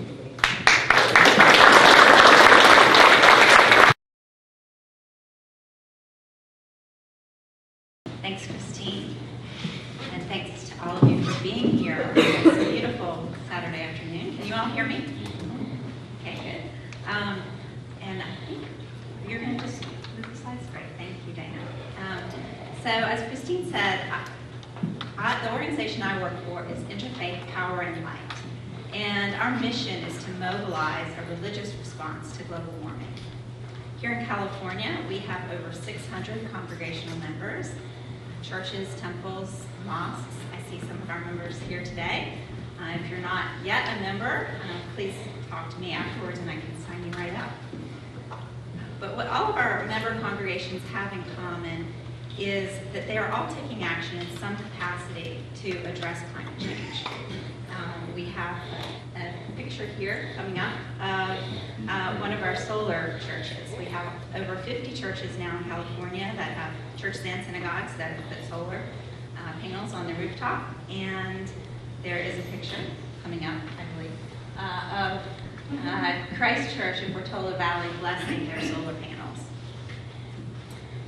So the Interfaith Power and Light model of working with congregations to address climate change, green their facilities, has really taken off across the country. We now have 40 states based on the California model, 40 Interfaith Power and Light affiliates, and we're reaching about 15,000 congregations around the country. Our topic today is faith in action. And for some, that may sound a bit contradictory. For some people, perhaps our gentleman with the sign out front today, faith means you trust in God for His will to be done. And it's not our job to try and take action to address the future of events. But at Interfaith Power and Light, we take a more active view of faith. We believe we were called to be stewards of this planet and to care for creation. We focus on putting faith into action for a safer, healthier environment and a stable climate. But how do we motivate action? That is an important question for those of us in this movement. We see poll after poll showing that the vast majority of Americans believe climate change is real, is happening, and is a problem that we need to address. Yet we're getting very little traction from society at large, and certainly from our federal government. So at IPL, we have developed a formula for facilitating and inspiring that action. And for us, faith is part of that formula, and it's not an excuse to remain passive. Because if you have faith, you have hope. Hope for a better world, hope that we can solve this problem, no matter how large, and the belief that there is something bigger than us, a force more powerful, and together we are more than the sum of our parts. So that doesn't mean that as people of faith, we are always optimistic. Let me just take a quick poll here. How many people feel optimistic about the current state of the climate? All right. Let me phrase it a different way. How many people here feel hopeful that we can solve this problem, that we have the tools to stop it? Great. Thank you. Very good. That's what we can use and that's what we can build on. To paraphrase Professor David Orr of Oberlin College, optimism is passively believing things will work out for the best. But hope is a verb with your sleeves rolled up. I love that interpretation because it underscores that we have a role to play in our future. We can't just sit and hope and pray that God or science or even technology will save us. Some of us often say the Lord helps those who help themselves. And that's Ben Franklin, actually, not the Bible, but it is echoed, I think, in many faith traditions. We're told in Christianity by the Apostle Paul to work out our own salvation with fear and trembling, for it is God who works in you, both to will and to work for His good pleasure. That is, we're to be active in our faith, not simply sitting back and doing nothing. And the Quran says, God doesn't change a condition of a people unless they change it themselves. So we have responsibility. And blind faith without action can lead to unintended consequences. Now, some of you may have heard the story of a man who had great faith in God. And he was in New Orleans when the storm Katrina hit. And as the water started rising, a neighbor came by in four-wheel drive and said, "Let me give you a lift to safety." And he said, "No, God will save me." Then the water started rising more over the threshold of his house. And a rescue worker came by in a boat and offered to take him to safety. And he said, "No, God will save me." Finally, the water was rising so high he had to get on his roof. And a helicopter came by and lowered a ladder to bring him to safety. And he said, "No, God will save me." Finally, the water rose up over his head. And when he opened his eyes, he saw God. And he said, "God, Lord, why didn't you save me? I had faith in you." And God said, "I sent you a four-wheel drive, a motorboat, and a helicopter. What were you waiting for?" So this may not be strictly biblical, but I believe that sometimes we fail to see God acting in the people around us.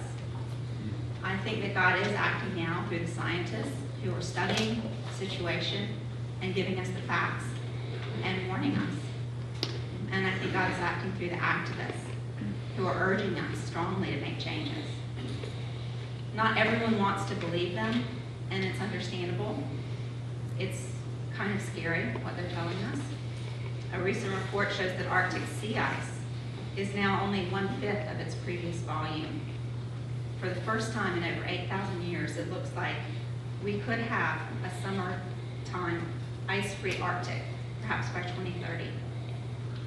Why does this matter? Arctic sea ice is one of those climactic features that help maintain equilibrium for the rest of the planet. Ice cover reflects the sun. Less ice cover means darker oceans, absorbing more heat, warming the oceans further. Less ice also means less resistance to break up waves and stronger storms. Less ice means more water and rising sea levels. Ice also has a moderating effect on the atmosphere, and ice melt means more moisture in the atmosphere and potentially stronger storms. Scientists also tell us that a destabilized jet stream could allow blasts of frigid air to plunge to lower latitudes in the northern hemisphere. And if this sounds familiar, it should. We just experienced something quite like it this January with the polar vortex across much of North America. So getting back to action. For such a seemingly complex, overwhelming problem, the good news is the solutions are fairly simple and close at hand. They could be as simple as planting a tree. Next slide, please.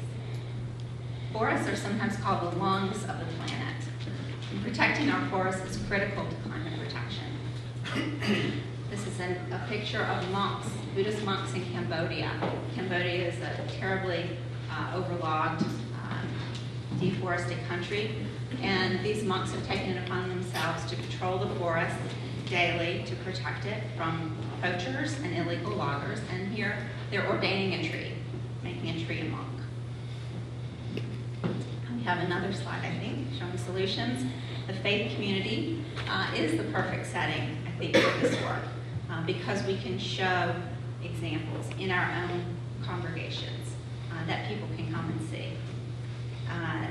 These folks at the Unitarian Church in Rockland, Maine, are called window dressers, and they created window inserts and built them and distributed them across the community for insulation, storm windows, saving energy and saving money. They now have started a nonprofit distributing these windows across the state.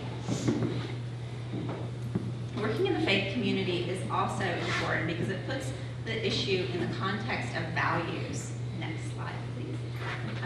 The moral imperative is a powerful motivator for change. This is what the faith community does best, but everyone can do it. Everyone has values that drive them. Whether those values stem from religious upbringing, or from secular ethics. Trying to reach people and motivate people around values is effective. Economic incentives can work, but generally they only motivate short-term change. If we want long-term behavior change, reaching people around their values is the way to go.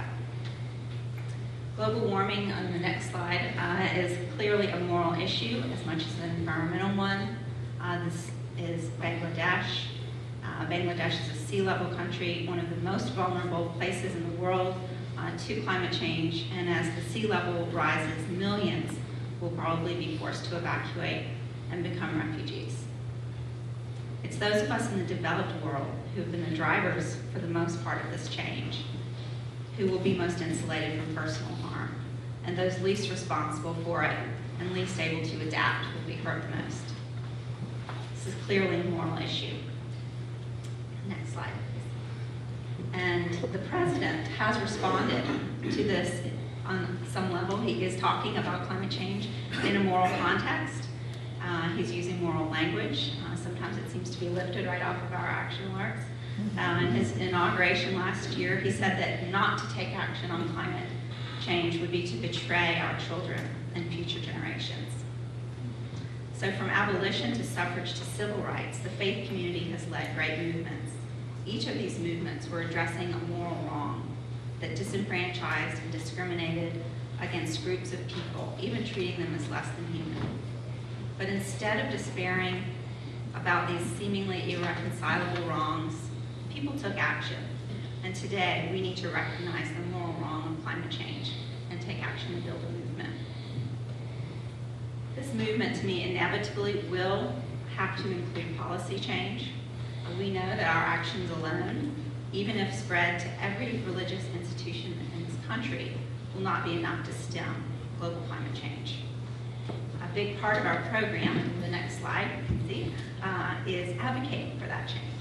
This is a delegation of lobbyists. We come to Sacramento twice a year to advocate for bills that will reduce carbon emissions and advance renewable energy. You're all welcome to join us. If you'd like to come, I think we're going in June 25th. And this week, actually, at the federal level, there have been two critical policy issues. Deadlines have passed or are coming up. The Keystone Pipeline that has been proposed to bring tar sands oil, the dirtiest type of oil on the planet, down from Canada through the heartland of the country and down to the Gulf of Mexico. The comment period closed on Friday. We submitted almost 6,000 comments in opposition to that pipeline from people of faith from around the country, including some of the top religious advisors to the president. We're not going to stop. We're going to be continuing to make sure the president hears from us on that critical issue. The other important issue right now in play is the EPA, on a positive note, has finally introduced and is about to finalize limits on carbon pollution from power plants. This will be the first time ever we've had limits on the largest single source of carbon pollution in the country, the nation's fleet of power plants. So we urge you to comment in support of that rule. We already know that the Congress, many in the Congress would like to undermine and stop the EPA from being able to take that action. We'd like to defend that rule, and we're mostly focusing on the Senate. Please fill out one of these cards before you leave if you'd like to take action, and make sure our senators hear from us.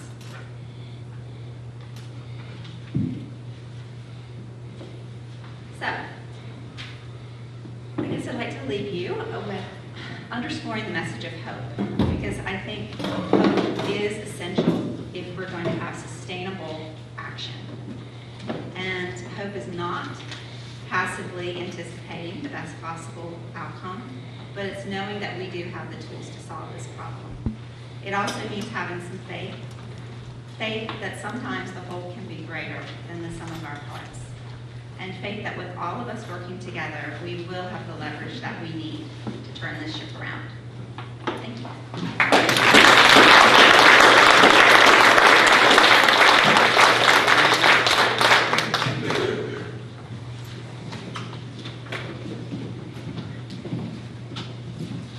Okay, we have two more speakers. Our next speaker is a person who has been doing many other duties today, including operating the audiovisual system for us. While he's working on that a little bit more. Well, you know, while he's just finishing that up, I want to remind you to look at the bottom of your agenda handout and let us know what we can do to help you with your climate change work, and also to sign in at the front table if you want follow-up information about today. Okay, Dana's relieved of his duties there at the projector. We are really fortunate to have him today.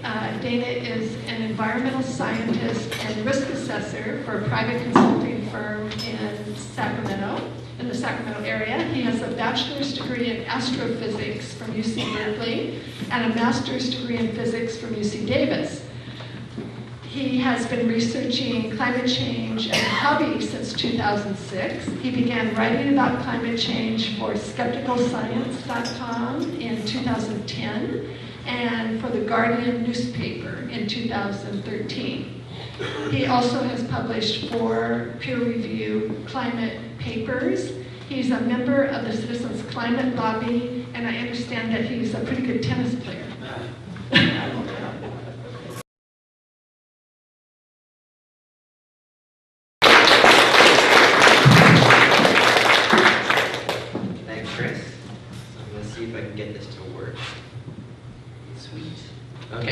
So Chris already covered my background, so I'm just going to skip over that, but I just wanted everybody to know that I kind of know what I'm talking about, even though I'm not a climate scientist. I'm kind of like the next best thing. So I wanted to give a little plug to skepticalscience.com because there's only so much stuff I can cover in 25 minutes, and that is one of the really go-to websites to learn about basic climate science. So it's a website run by a group of international volunteers, and what we do is we read what peer-reviewed climate science research says, and we kind of translate that into plain English so that people can understand it. And you can see on the left side of the page there, sort of the backbone of the website is a myth rebuttals database. So we've got close to, I think, 200 myths now, where when somebody submits a myth or we hear about a new myth about climate science, we go to the peer-reviewed research, see what it says, and then we write about it. And I'm going to talk about the top 5 myths, the most used climate myths in my talk. So one nice feature of the website, at the top you can see we have basic, intermediate, and advanced levels of our myth rebuttals. So if you just want to know a really basic explanation of what the science says about a myth, you can go to the basic level, and we'll just have a few paragraphs and usually a graph. And if you want to know more details, you can go to the intermediate or the advanced level. And then we also have a really nice feature, smartphone app. If you scroll to the bottom right margin of the page, you can click on that and download the smartphone app, and it looks like this. And so this can be a really useful tool in certain situations, like if you're at Thanksgiving and your uncle corners you and starts telling you global warming is caused by galactic cosmic rays. So then you can pull out your smartphone, open up the Skeptical Science app, type in galactic cosmic rays, and hand it to him, and let him read what the peer-reviewed research said about that. And then this is just my Guardian blog. It's called Climate Consensus to 97%, which I run with my colleague John Abraham, who's a scientist in Minnesota who also does some climate research, so that's worth checking out. So now on to the good stuff. So the big question most people have is, how do we know humans are causing global warming? And the most popular #1 myth in our database is the climate has changed naturally in the past, which is true. That's not the myth. The myth is that somehow implies that the current climate change is probably natural too. And so that's like if you find a dead body with a knife sticking out the back and you say, well, people have died naturally in the past, so this guy probably died naturally too. It's just it's a logical fallacy. And so climate science is it's kind of like doing crime scene investigation, in that you're looking at all the available evidence and the clues and then trying to figure out who that points to as the culprit. And I got Benedict Cumberbatch in my talk, and so that's mission accomplished. So there are a whole lot of what we call fingerprints of human-caused global warming. There are pieces of evidence that point to humans as a cause, or at least consistent with human-caused global warming. So like there's nights warming faster than days, there's winters warming faster than summers, there's the upper atmosphere is cooling while the lower atmosphere is warming. And 2 key ones is there's less heat escaping into space and more heat returning to Earth. And so that's a key signature of the increased greenhouse effect. So the greenhouse effect, you get light coming from the sun, it comes as ultraviolet, so it's visible, and infrared light. And the greenhouse gases in the atmosphere, they only absorb infrared light. So most of that comes through the atmosphere and it reaches the Earth's surface, and the Earth absorbs it and then radiates it back out as infrared light, which is basically heat. And then the greenhouse gases in the atmosphere absorb that, and then they re-radiate it on all different directions. And some of it they send out back into space, and some of it they send back down to Earth. And when it sends it back down to Earth, that warms it more. So you get more greenhouse gases in the atmosphere, you get more heat trapped, and you get more warming.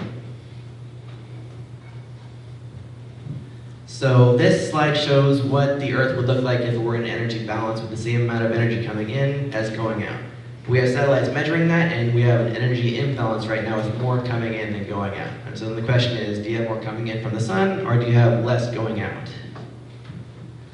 And so the second most popular myth in our database is that global warming is caused by the sun.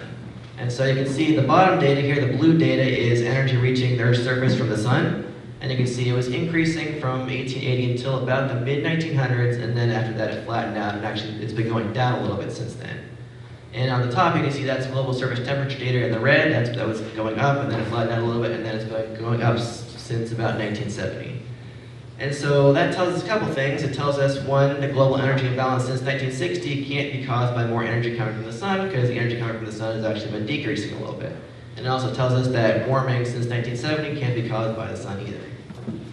And there's another interesting feature about the solar data, the increase from about 1900 to 1950, it's only a change in 0.05% of the energy reaching the Earth from the sun.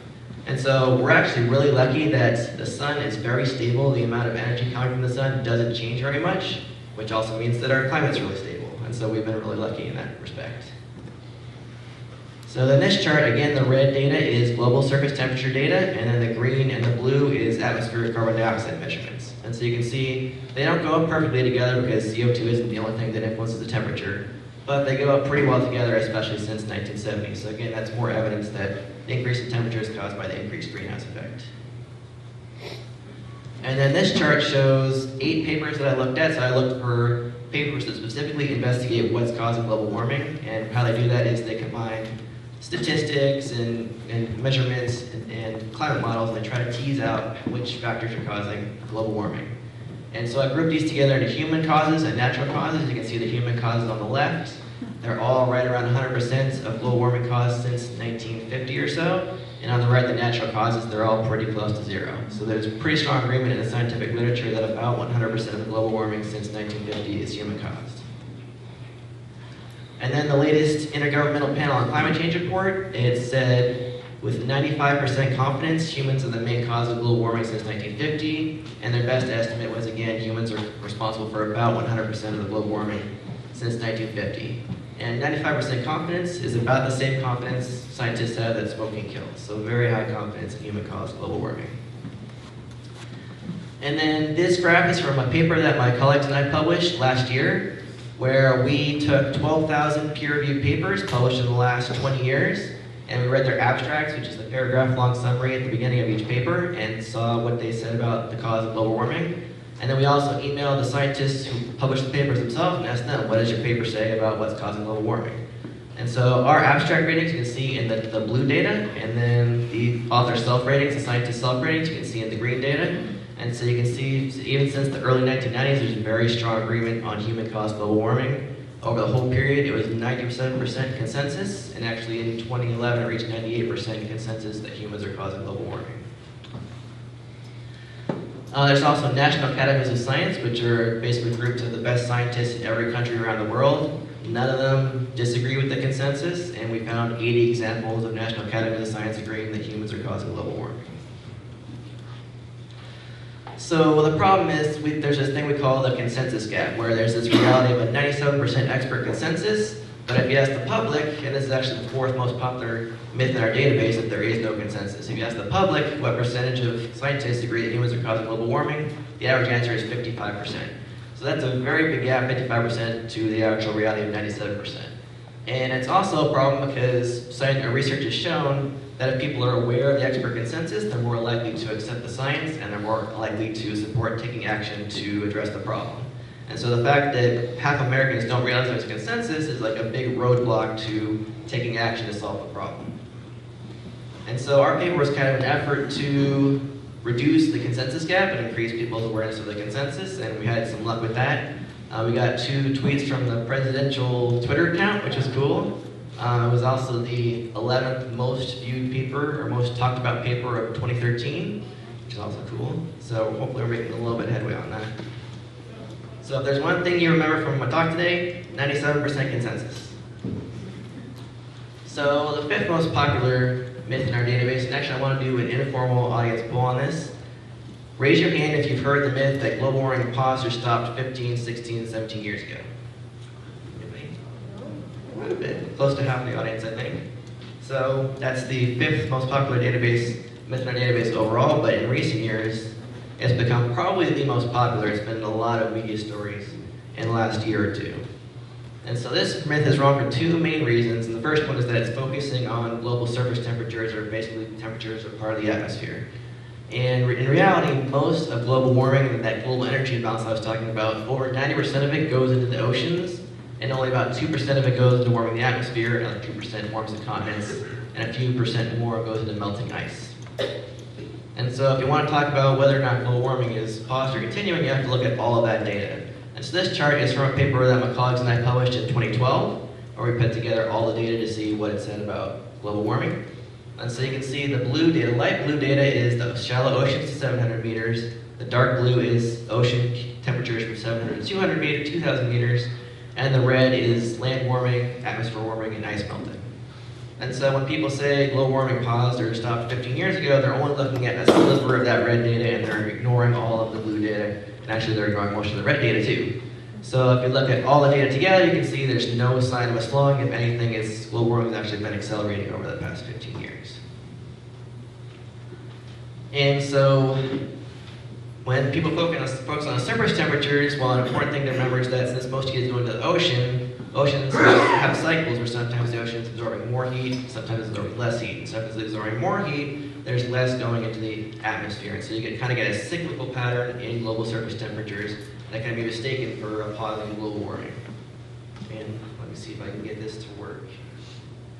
So this is a graph or a figure I created it's called the escalator. You got the play button.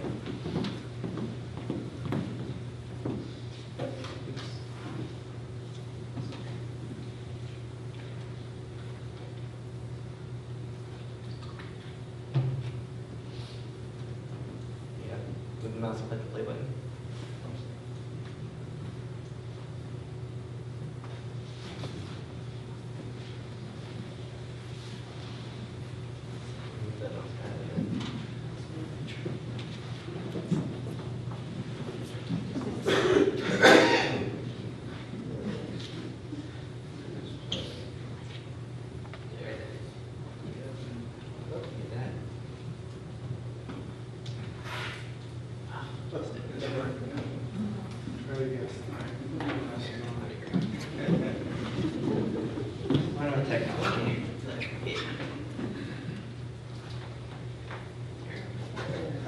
See, pause, pause, pause, pause, pause. And then if you look at the long-term trend, well, the long-term trend is upward and very clearly so. And that long-term trend is what's caused by the human-caused global warming.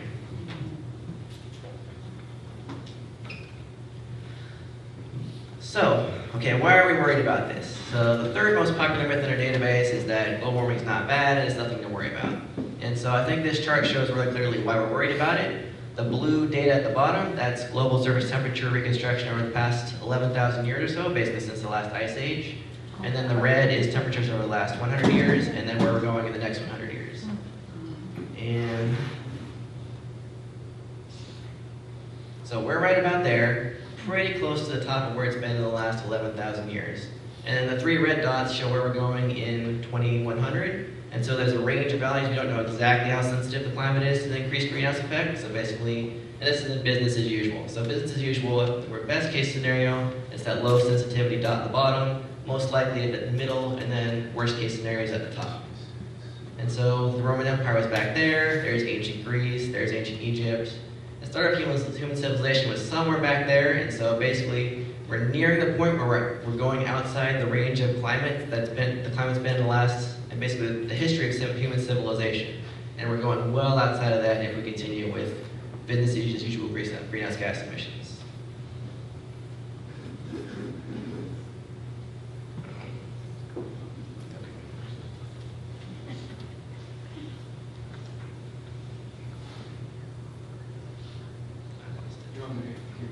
Yeah, you can go one back. Okay. So, for California, there's some specific things we're worried about, and one of them is wildfires. So, for example, the Yosemite Rim Fire last year was, I think, the third largest in state history.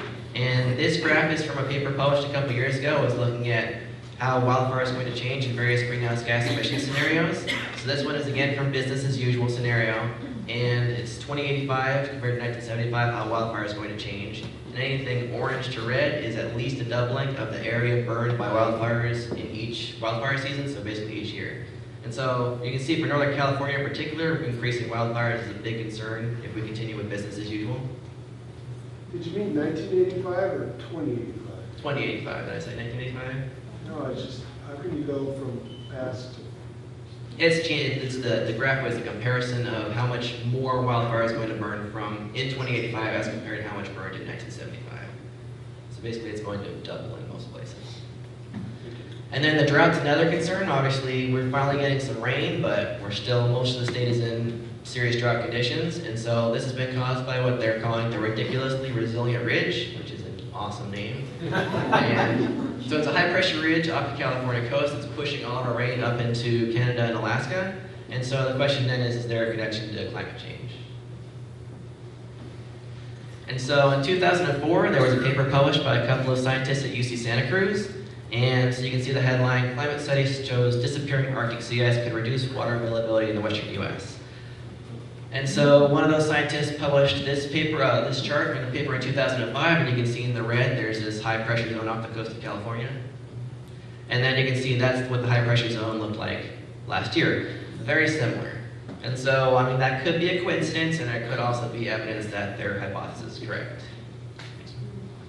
And then there's also a hypothesis that the loss of Arctic sea ice could be causing the polar vortex. So the idea is that normally the jet stream goes from west to east in a pretty straight line, but when the jet stream slows down, it kind of meanders, and then it creates this pattern that allows Arctic air to come into the United States. And so that's why most of the country has been really cold, but we've been having 7-degree temperatures and drought. And so, next slide. Okay, and so the idea is that there's Arctic sea ice basically acts as a barrier or a lid between the ocean and the atmosphere in the Arctic. And when you lose that barrier, when the Arctic sea ice melts away, then more heat comes from the ocean into the Arctic atmosphere. It warms up the Arctic atmosphere, and then there's less of a temperature difference in the Arctic atmosphere and lower latitudes. And that can potentially cause this slowing and meandering of the jet stream. It can cause more polar vortexes. So I put the asterisk to the top because there's a big caveat that this is very breaking new research. There's not a consensus about this. It's just a possibility that some climate models are showing this could happen with more high pressure systems off the California coast and more meandering jet streams and more polar vortexes. So we don't know for sure this is going to happen. There is some evidence for it, but the idea is that when you mess with the climate, weird stuff happens and you get weird weather, and it's kind of hard to predict exactly what's going to happen. So it's a risky situation. Okay, so can you try to start the movie? There's another play button at the bottom there. So this is a video that another colleague of mine created. Is it? Go back, forward. Like that. Just go inside.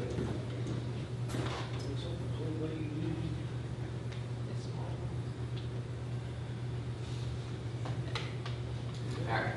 So the left side shows the ice cube represents the volume of Arctic sea ice in 1979. And the right side represents how the volume is changing each year since 1979. And you can also see the data plotted in the red in the background. So you can see by the mid-2000s, the volume is down to about half what it was in 1979, and it just keeps going down and down and down.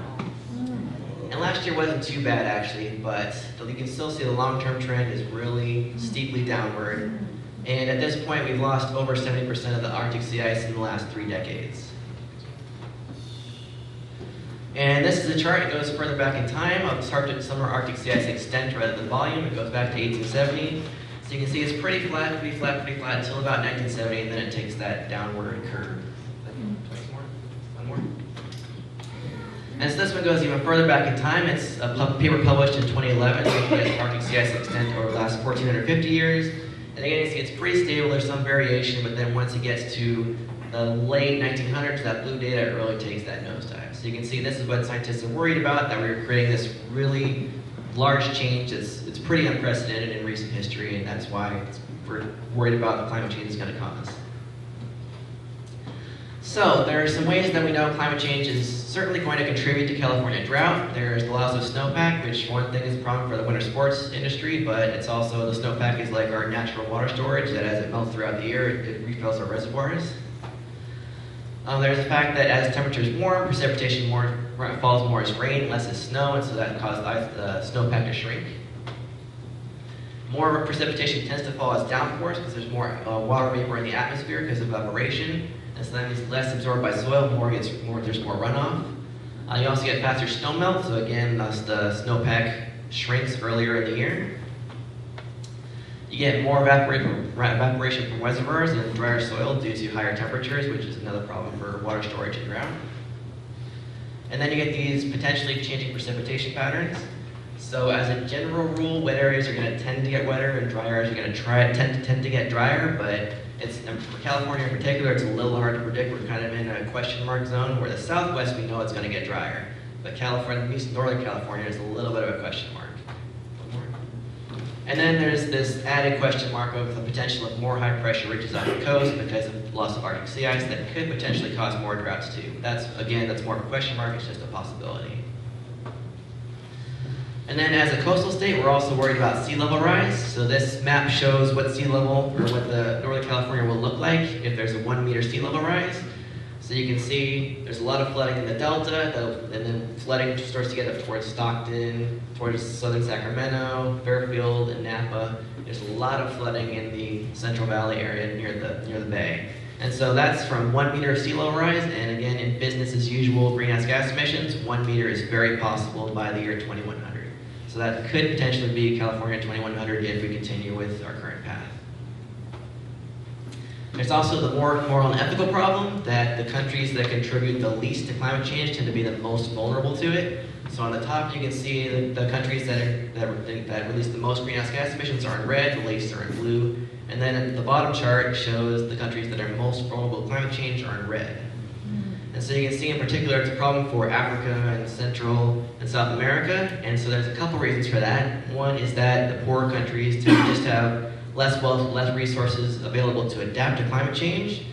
And the other problem is that they tend to be close to the equator, and countries close to the equator have pretty stable, warm weather all the time. And so a change in the weather, a change in the climate is a relatively big change for them when they're used to stable weather conditions. So as a risk assessor, I like to talk about climate change in terms of risk management. So we don't have an emergency backup planet. We can't just go to Mars if we mess up this planet. So it's a good idea to take care of the planet that we've got. And then this is a cartoon that my colleague John Cook, who founded Skeptical Science, recently put together. And so the top right frame, it shows a comment from a climate scientist, Judith Curry, who's kind of becoming one of those 3% of climate scientists who's skeptical about how much global warming humans are causing. And so just last year she said, I can't say myself that doing nothing about global warming isn't the best solution. And technically we can't say that doing nothing isn't the best solution, but from a risk management standpoint, that's the complete wrong approach to take. So a couple examples, for example, smoking is a good one. I can't say for sure if I smoke that I'll get cancer, but I'm increasing the probability of it, and I'm basically creating a scenario where I'm making a really bad situation more likely to happen. And so from this approach, you would say, well, I can't say smoking's not a bad idea, or I can't say smoking's not a good idea. But if you want to reduce the risk, then you would stop smoking. And that's why a lot of fewer people smoke now than did a couple of decades ago. Another example is with home insurance. If you buy a house, you get homeowners insurance, and you probably get fire insurance. So even though there's a really small possibility that your house is going to burn down, you want to be prepared for that scenario in case it happens, because it's such a bad thing. You know, your house burned down, there goes your entire financial portfolio. So it's the same situation with climate change. Next slide. And so I also like to use this analogy that we're basically putting our carbon emissions on a credit card right now. So there are inevitable costs of climate change. So for example, when you release carbon emissions that cause global warming, that cause the oceans to warm, that fuels stronger hurricanes, and it also causes sea level rise, and that increases storm surges. And so those things, when a hurricane hits, they cause the damage of the hurricane to be larger, and then you have to pay for those costs down. Or another example, global warming causes more heat waves. Heat waves are bad for crops, and so then you get crop damage, and then food prices go up, and everybody has to pay higher food prices down the line. So basically, we're deferring the cost instead of paying the cost of the carbon emissions now, we're paying them down the line. And the other problem is that paying for the cost of climate damages tends to be a lot more expensive than paying the cost to reduce greenhouse gas emissions up front.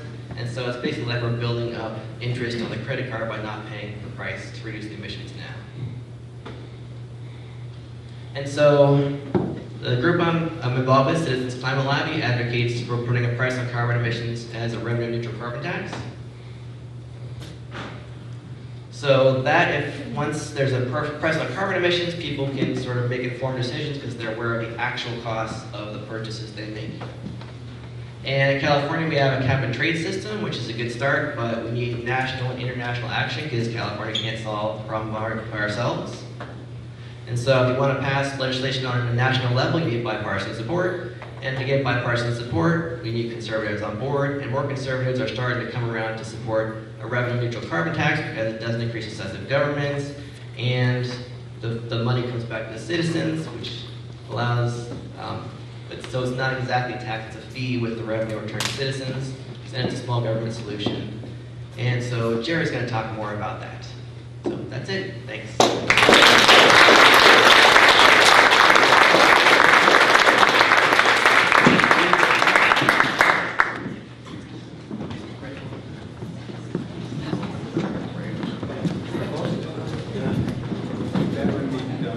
Okay, before Jerry comes up here to talk to you, I'd like to tell you just a little bit about him. He's a person who inspired me to be a climate activist again. He'll talk about economics and how we can work together in a nonpartisan way. Jerry has worked as an economist for 30 years in banking. He has a master's degree in climate policy and several publications in finance and in the economics of climate policy. He has given about 60 public presentations on climate change over the last 12 years, and he's lobbied Congress for 7 years to forward market-based solutions to the climate issue. During this time, he has volunteered with most major environmental organizations on climate, and currently Jerry serves as the Northern California Regional Coordinator for the Citizens Climate Lobby. Jerry.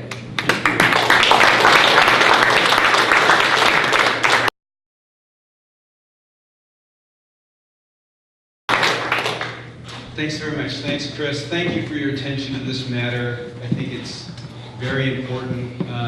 Go ahead and flip this forward. I'm going to skip some of these slides. Not this one, though. So 15 minutes, 20 minutes, something like that, and I'll try to be entertaining. Good. So 3 points. I'm going to distinguish this in terms of 2 paths that we have for the future, for our future, for the future of humanity. One, sort of business as usual, and where we're headed and what some of the consequences are. And then if you were to embrace our policy, what we can do in terms of greenhouse gas emissions and corresponding temperature increases. Here's the very unusual and but fabulous thing about this. There is a fair, simple, commonly agreed solution. We actually can significantly reduce the threat of climate change. We know that across the political spectrum, it's agreed. I'll try to talk a little bit about that and show you that. CCL is on it. This is our objective, is to create a livable climate, is to pass national legislation, which then serves as an inspiration for the rest of the world. We need action now. This is a global issue. U.S. is currently 16% of global emissions. If we cut those in half, it'll make a little difference. What we really need to do is, it has been said the U.S. has been a model of climate action to this point. We haven't done much, the world hasn't done enough. If we take serious action, we believe they will follow. So those are my 3 points. Go ahead. So the Intergovernmental Panel on Climate Change, this is the recent September report. This is the 2 paths. And these are sort of consensus or average. This, you can see this is the average and this is the uncertainty surrounding it. So, to this point, we are up about 1 degree centigrade, and we've begun to witness the very aberrant, extreme weather all over the planet, very damaging, very costly to the U.S., but across the world as well. We ain't seen much normal lately, and things seem to be very extreme.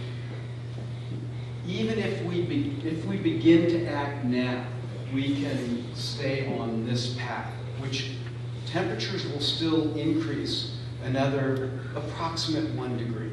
We can keep it below the 2 degrees that centigrade that scientists say. Beyond that, it really looks dicey. But make no mistake, this is the path that we're on. Several times the temperature increase of what we have already experienced. We believe that if we can keep the temperature increase to less than 2 degrees centigrade, it's going to be challenging. And we believe that it's manageable. A lot more than that appears several times the temperature increase that we've seen, and civilization as we know will be really challenged, right? From the extreme, damaging weather and such that we see. Go ahead. So, anybody recognize this picture? Anybody know what this is? Give you a hint, 1969. The river on fire. This is the Cuyahoga River outside Cleveland. So here's kind of what happened in 1969. Major waterway outside of a major population area does this. It's in the national news, on TV. People see something's very wrong here, right? It can't be right. Body of water, it's on fire. Number one. Number two, they can also see the source, crystal clear. Industrial pollutants, petrochemical based, getting into the water. Within 3 years, we passed the Clean Air Act and the Clean Water Act. It was so clear that there was an issue and what the problem was, we acted. We don't have this luxury with climate change. That's why activism is so important. Katrina hits, and we're, gee, that was awful. But it's harder to tie to climate change. The Sandy hits, the drought in the Midwest, the drought in California. By the time we come to realize, and tie our actions to the solutions and the needed legislation, it will be far too late. We must show foresight. We must stand up and say, the risks are too high, we need to act on climate change now. We can't wait until we hit that fork in the 2 temperature gradients. Go ahead. I think I'm going to skip some of the science and get right to this. This is what it looks like. This is what the 2 alternative paths look like, sort of in a color diagram. This is also in the IPCC. This is where we're heading. It's going to get a little hotter. We believe it's manageable. This is what we must avoid, but this is where we are heading now. This is the path that we are on. If the U.S. does not take significant action, that's where we're heading currently. I'm going to just go ahead and go to the Schultz. Go until you see George Shultz, because a lot of this was covered. Here we go. Oh, go back one. Thank you. So, simple, fair, commonly agreed solution. This is unusual, right? We've got this really significant global issue, yet we know what to do. Could it be? So what is that solution? Dana mentioned a revenue neutral carbon. It's this simple. You charge firms to pollute. If you're polluting, it shouldn't be free, okay? You know, anything that's free tends to get overused, right? So it shouldn't be free. We should make polluting more expensive. If we do that, what will happen is those products that are most polluting, the gas, etc., some of the things that are common in our life, slowly but surely, everybody, every day, not just the people that we have convinced that climate's an issue, because we're going to get to some, we won't get to others. It may take us a little while. We don't have time. But if it's in your pocketbook, if it affects your pocketbook, then everybody every day is going to take action to reduce emissions. And that's kind of who we need on our team right now, is everybody every day. If we were on this 20 years ago, we might have a little bit more flexibility. Right now, the market is very powerful. That's what we need to use. So that sounds like the bad news. Good news. You take all the money, you return it to households. We'll go over some specific examples so that it's simply a shift in relative prices. The stuff that pollutes gets more expensive, as it should be. The stuff that doesn't gets relatively less expensive. We'll look at this. So here's what we know. Economists have said for about a century now, since a guy named Arthur Pigou came along with the concept of Pigouvian taxes, this is the right thing for the economy. Polluting shouldn't be free. You're going to abuse those resources, the water, the atmosphere. It's a win for the economy. It's right, and we also know it's a win for the environment. It's a win-win. Go ahead. So is this really commonly agreed? I mean, who out there is agreeing about anything these days? I would say yes, it is. The left, if you will, has legislation before Congress. Senator Boxer has S332, which is a solution like this, sort of a revenue neutral carbon tax. I'll distinguish the Republican and Democratic views. But especially recently, and I'd like to think that part of this is citizens' climate lobby making a difference, going up to the Hill and letting them know.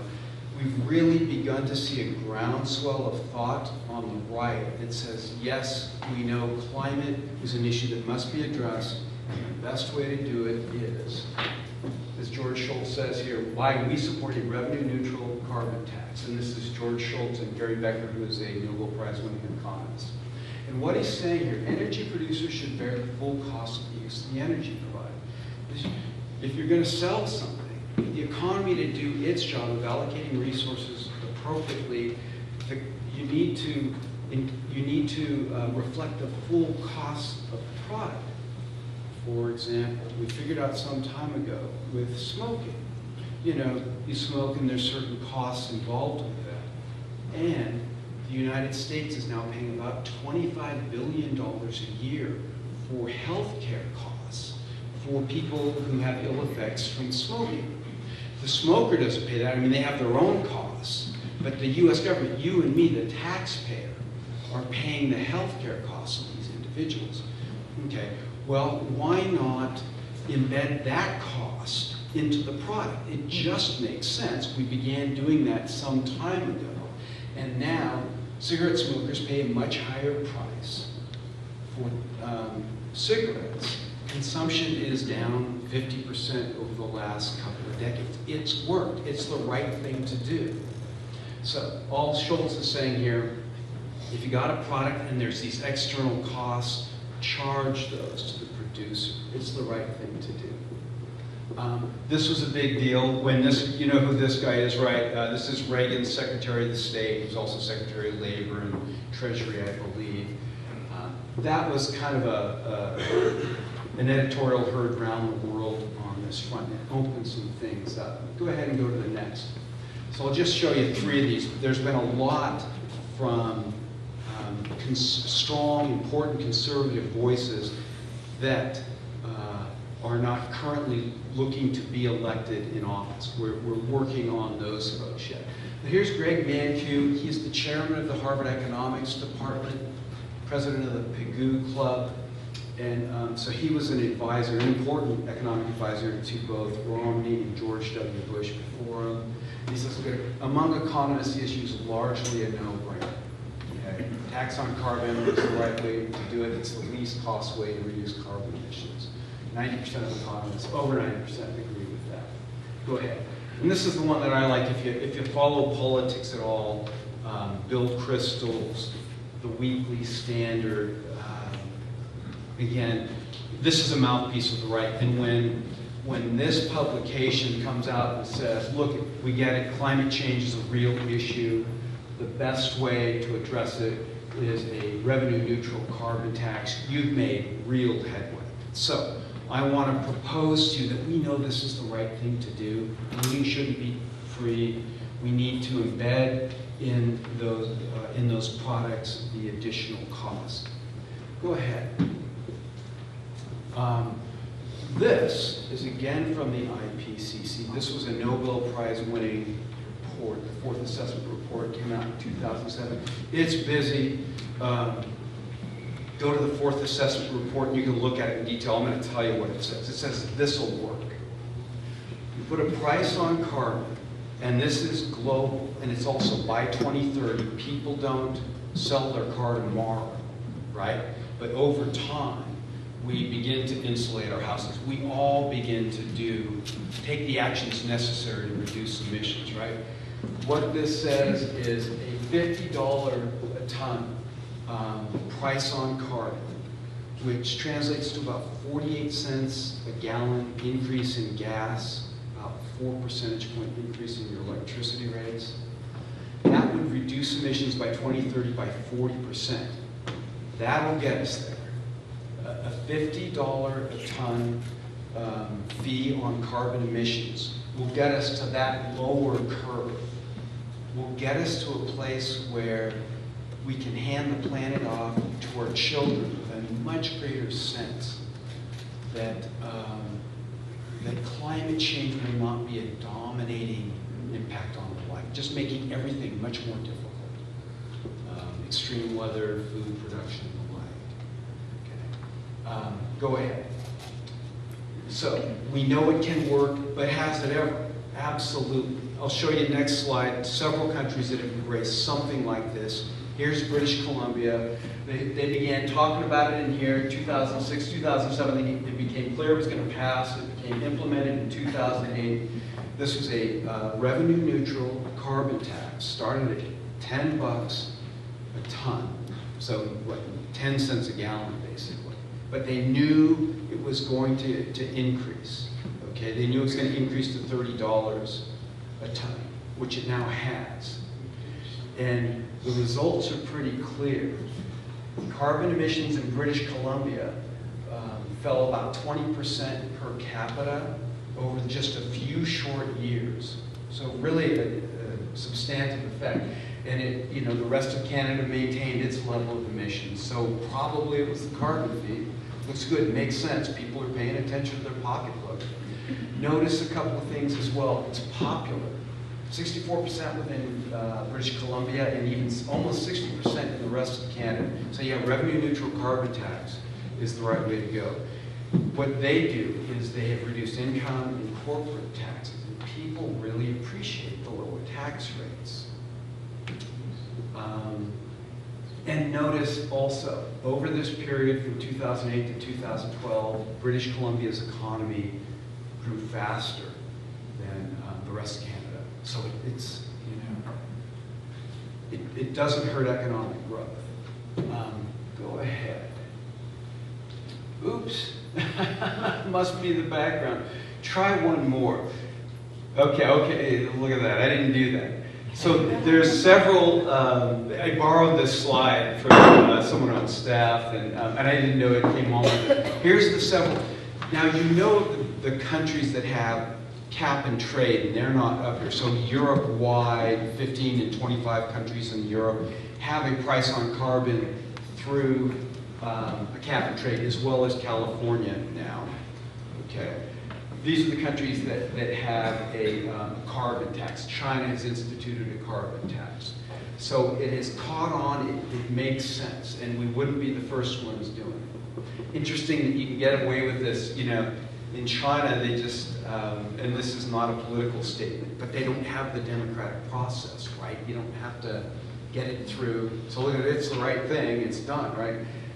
Their economy is about a third the size of the US, and they're leagues ahead of us in terms of investment in renewable energy, because they know it's the future. They know it's what they've got to do. Of course, pollution is killing them. Go ahead. So let me tell you a little bit about what we are proposing. And we're just keeping it real simple. And we know that our intent is to create the political will. Congress is going to make the sausage. They're going to do what they want with it. Okay? So this isn't the perfect policy. It's simple, it's clean, and it helps people understand what we're up to here so that you can walk into your congressman's office and say, look, this would be much better for humanity than what we're doing currently. So, steadily increasing fee on carbon fuels at the source. We start at $15 a year, $10 a year each year after that, getting up to about $100. What will they actually implement? Don't know, but something like this, I believe, is coming. All of the revenue goes back to households, okay? And we'll see some figures on that next. But you return every dime. Why? Because the Republicans say we don't want anything to increase the size of government. Okay, this won't. What's his?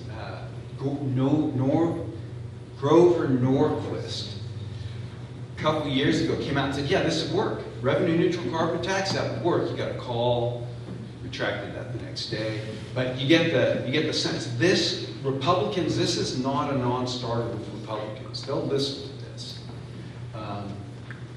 For us, it's similar to the Alaska, where they get regular dividends for the oil. People would get regular dividends, not based on their consumption of fossil fuels, but just get a regular check coming back here from the revenue raise. Border tax adjustments, I'm not going to go into that now. We want to make sure this legislation in raising the energy costs of firms don't diminish their international competitiveness. So if you're trying to send something abroad to a country that doesn't have a light carbon tax, then you get a subsidy at the border. Something comes in from a country that doesn't have a light carbon tax that reduces the cost of the product, there's a tariff instituted. You're just trying to take care of you're charging for pollution, and this is okay with the WTO. We can do this. Go ahead. Some specific numbers, just to give you a sense of what it would feel like. Starting out first year, $15 a ton. Gas is up a little bit. Electricity is up a little bit. The family gets a check of $52 a month. This will cover the increase in costs, or exceed your increase in costs, for 2/3 of American households. It is only that top third, mostly the wealthier, certainly the more carbon intensive lifestyle, maybe the bigger home, maybe the bigger car, that for which the costs will be greater than the check that you get every month. Okay? But what's important is that you begin to pay the true costs of your activities, all of us every day. That's key to this here, as well as now, this is Sherrod Brown, senator from Ohio, said to us a couple of conferences ago, you put a price on carbon, you unleash capital. And what he means is, all of a sudden, the fossil fuel energy sources and energy or carbon intensive products are less competitive and more expensive. Now you're opening the door to other competitors. You know, at that, to some degree, at $50 a ton, certainly at $100 a ton, renewable energy makes a world of sense. And money and jobs flow to those sectors, which we really do know must be our future. China knows it. So you're unleashing capital, you're unleashing the innovative spirit that has made America great, right? We can resolve this. That's the power of the market. Go ahead, next slide, where you get to when it goes all the way up to 100, if it ever gets there. $50 a ton will get us where we need to. Our proposal is for 100. $1 a gallon on gas, that's a lot of money. 38% increase in electricity prices, and a nice check to the family, and a substantial reduction in emissions here in the United States. Keep going. Okay, so I'm going to do this in the next 5 minutes. Here's Citizens Climate Lobby. Here's how we go about doing what we do. We're a unique organization. We've doubled in size every year for the past 4 years, and there's a reason for it. 2 objectives: create the political will for national climate legislation, and to empower individuals to have a breakthrough in their own self-expression in the political process. We believe that what we do is optimize the individual's impact in the political process. And Washington tells us it's working. So go ahead. So, 1, media. Letters to the editor, op-eds, editorials. We write these letters and publish them. We meet with the editorial boards in the local newspaper. We tell them the issue. We tell them the solution. We ask them to advocate for it. We've been successful. I'll show you some statistics in a minute. Our region, which is the Northern California region, which has got some really bright people in it like Dana, has been published in the New York Times, USA Today, Christian Science Monitor, and gosh, I'm forgetting the other one. Really important paper, all in the last couple of months. We're making headway. We're making a difference. Second thing we do, you meet with your member of Congress. You do that locally. Jen and company have met with Amy Barra and others. Well, staff. Staff, okay. So this is the other thing you do. You march on up there, and you sit down, and they say it makes a world of difference to hear from you. They say the impact on the political process of your action is a function of the amount of effort that it takes to take that action. So email, not so hard. Point and click, not a big deal. Handwritten letter, bigger deal. LTE in the paper, okay, they're reading this, right? Their staff is compiling the information in the papers and giving them summaries regularly.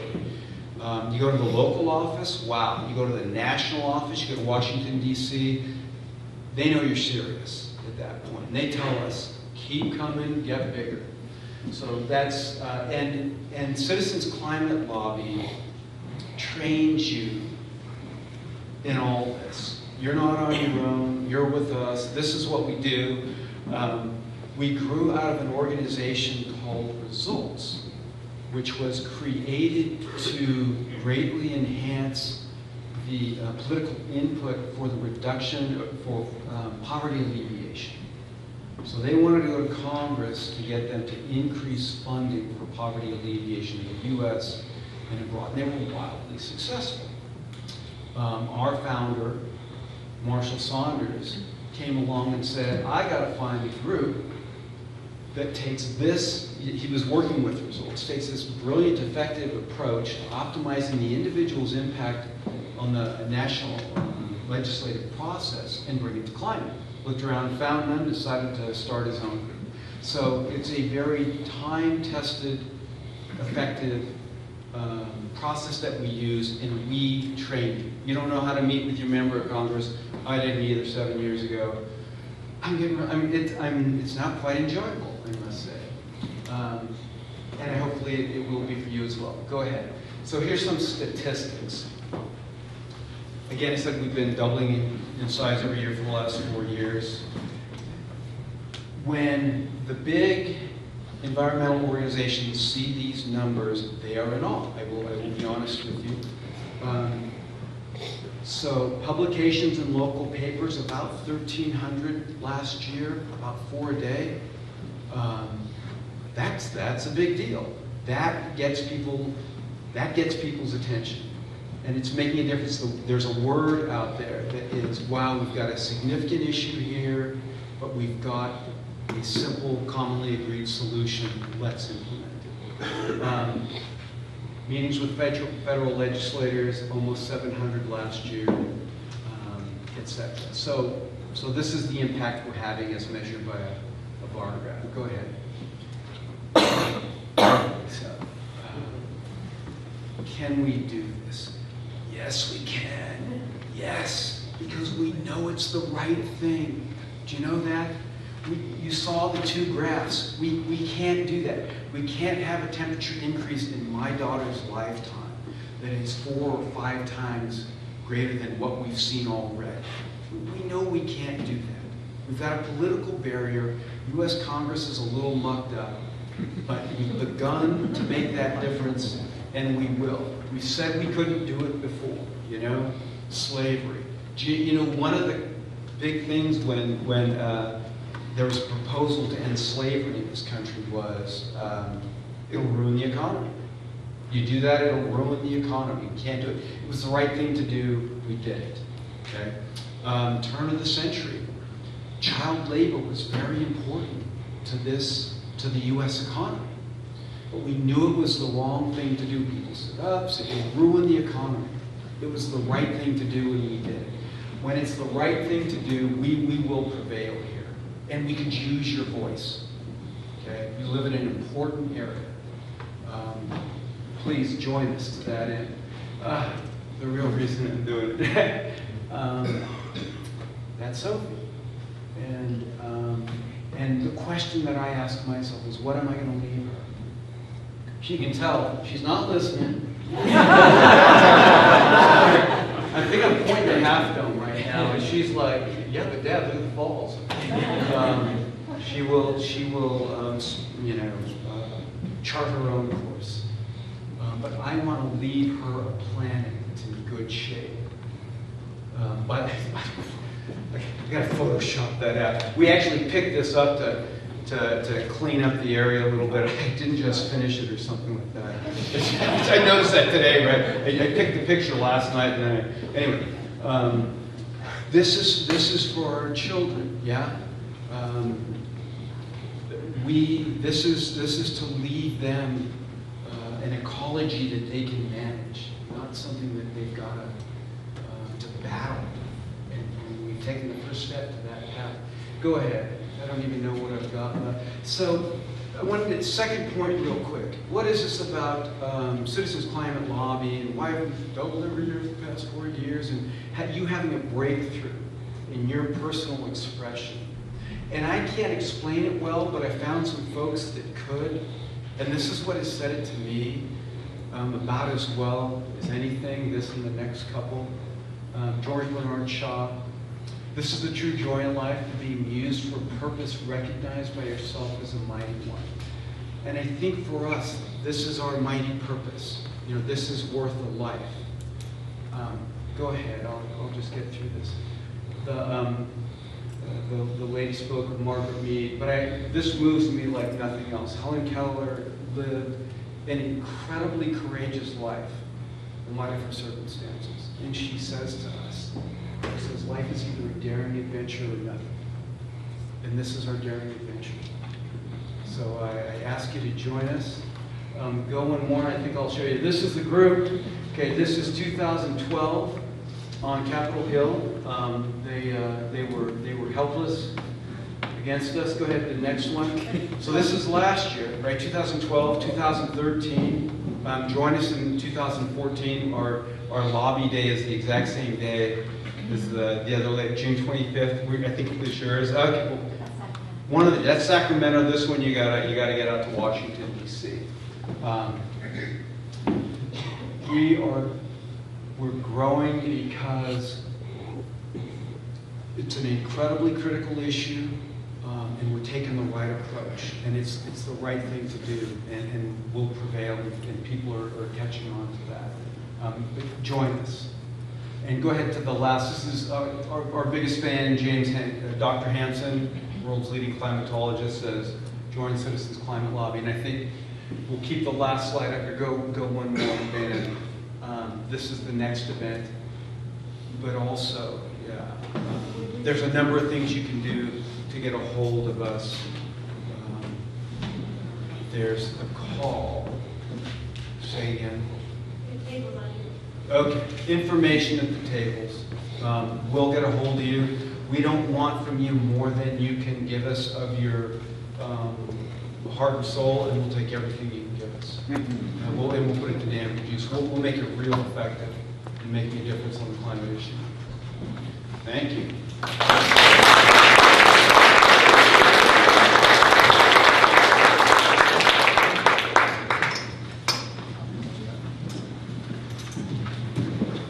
Well, thank you, everyone.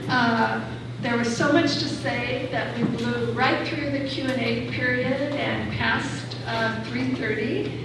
And so my sense is that this might be a good time to end, but do you feel like you've had enough, or do you have questions?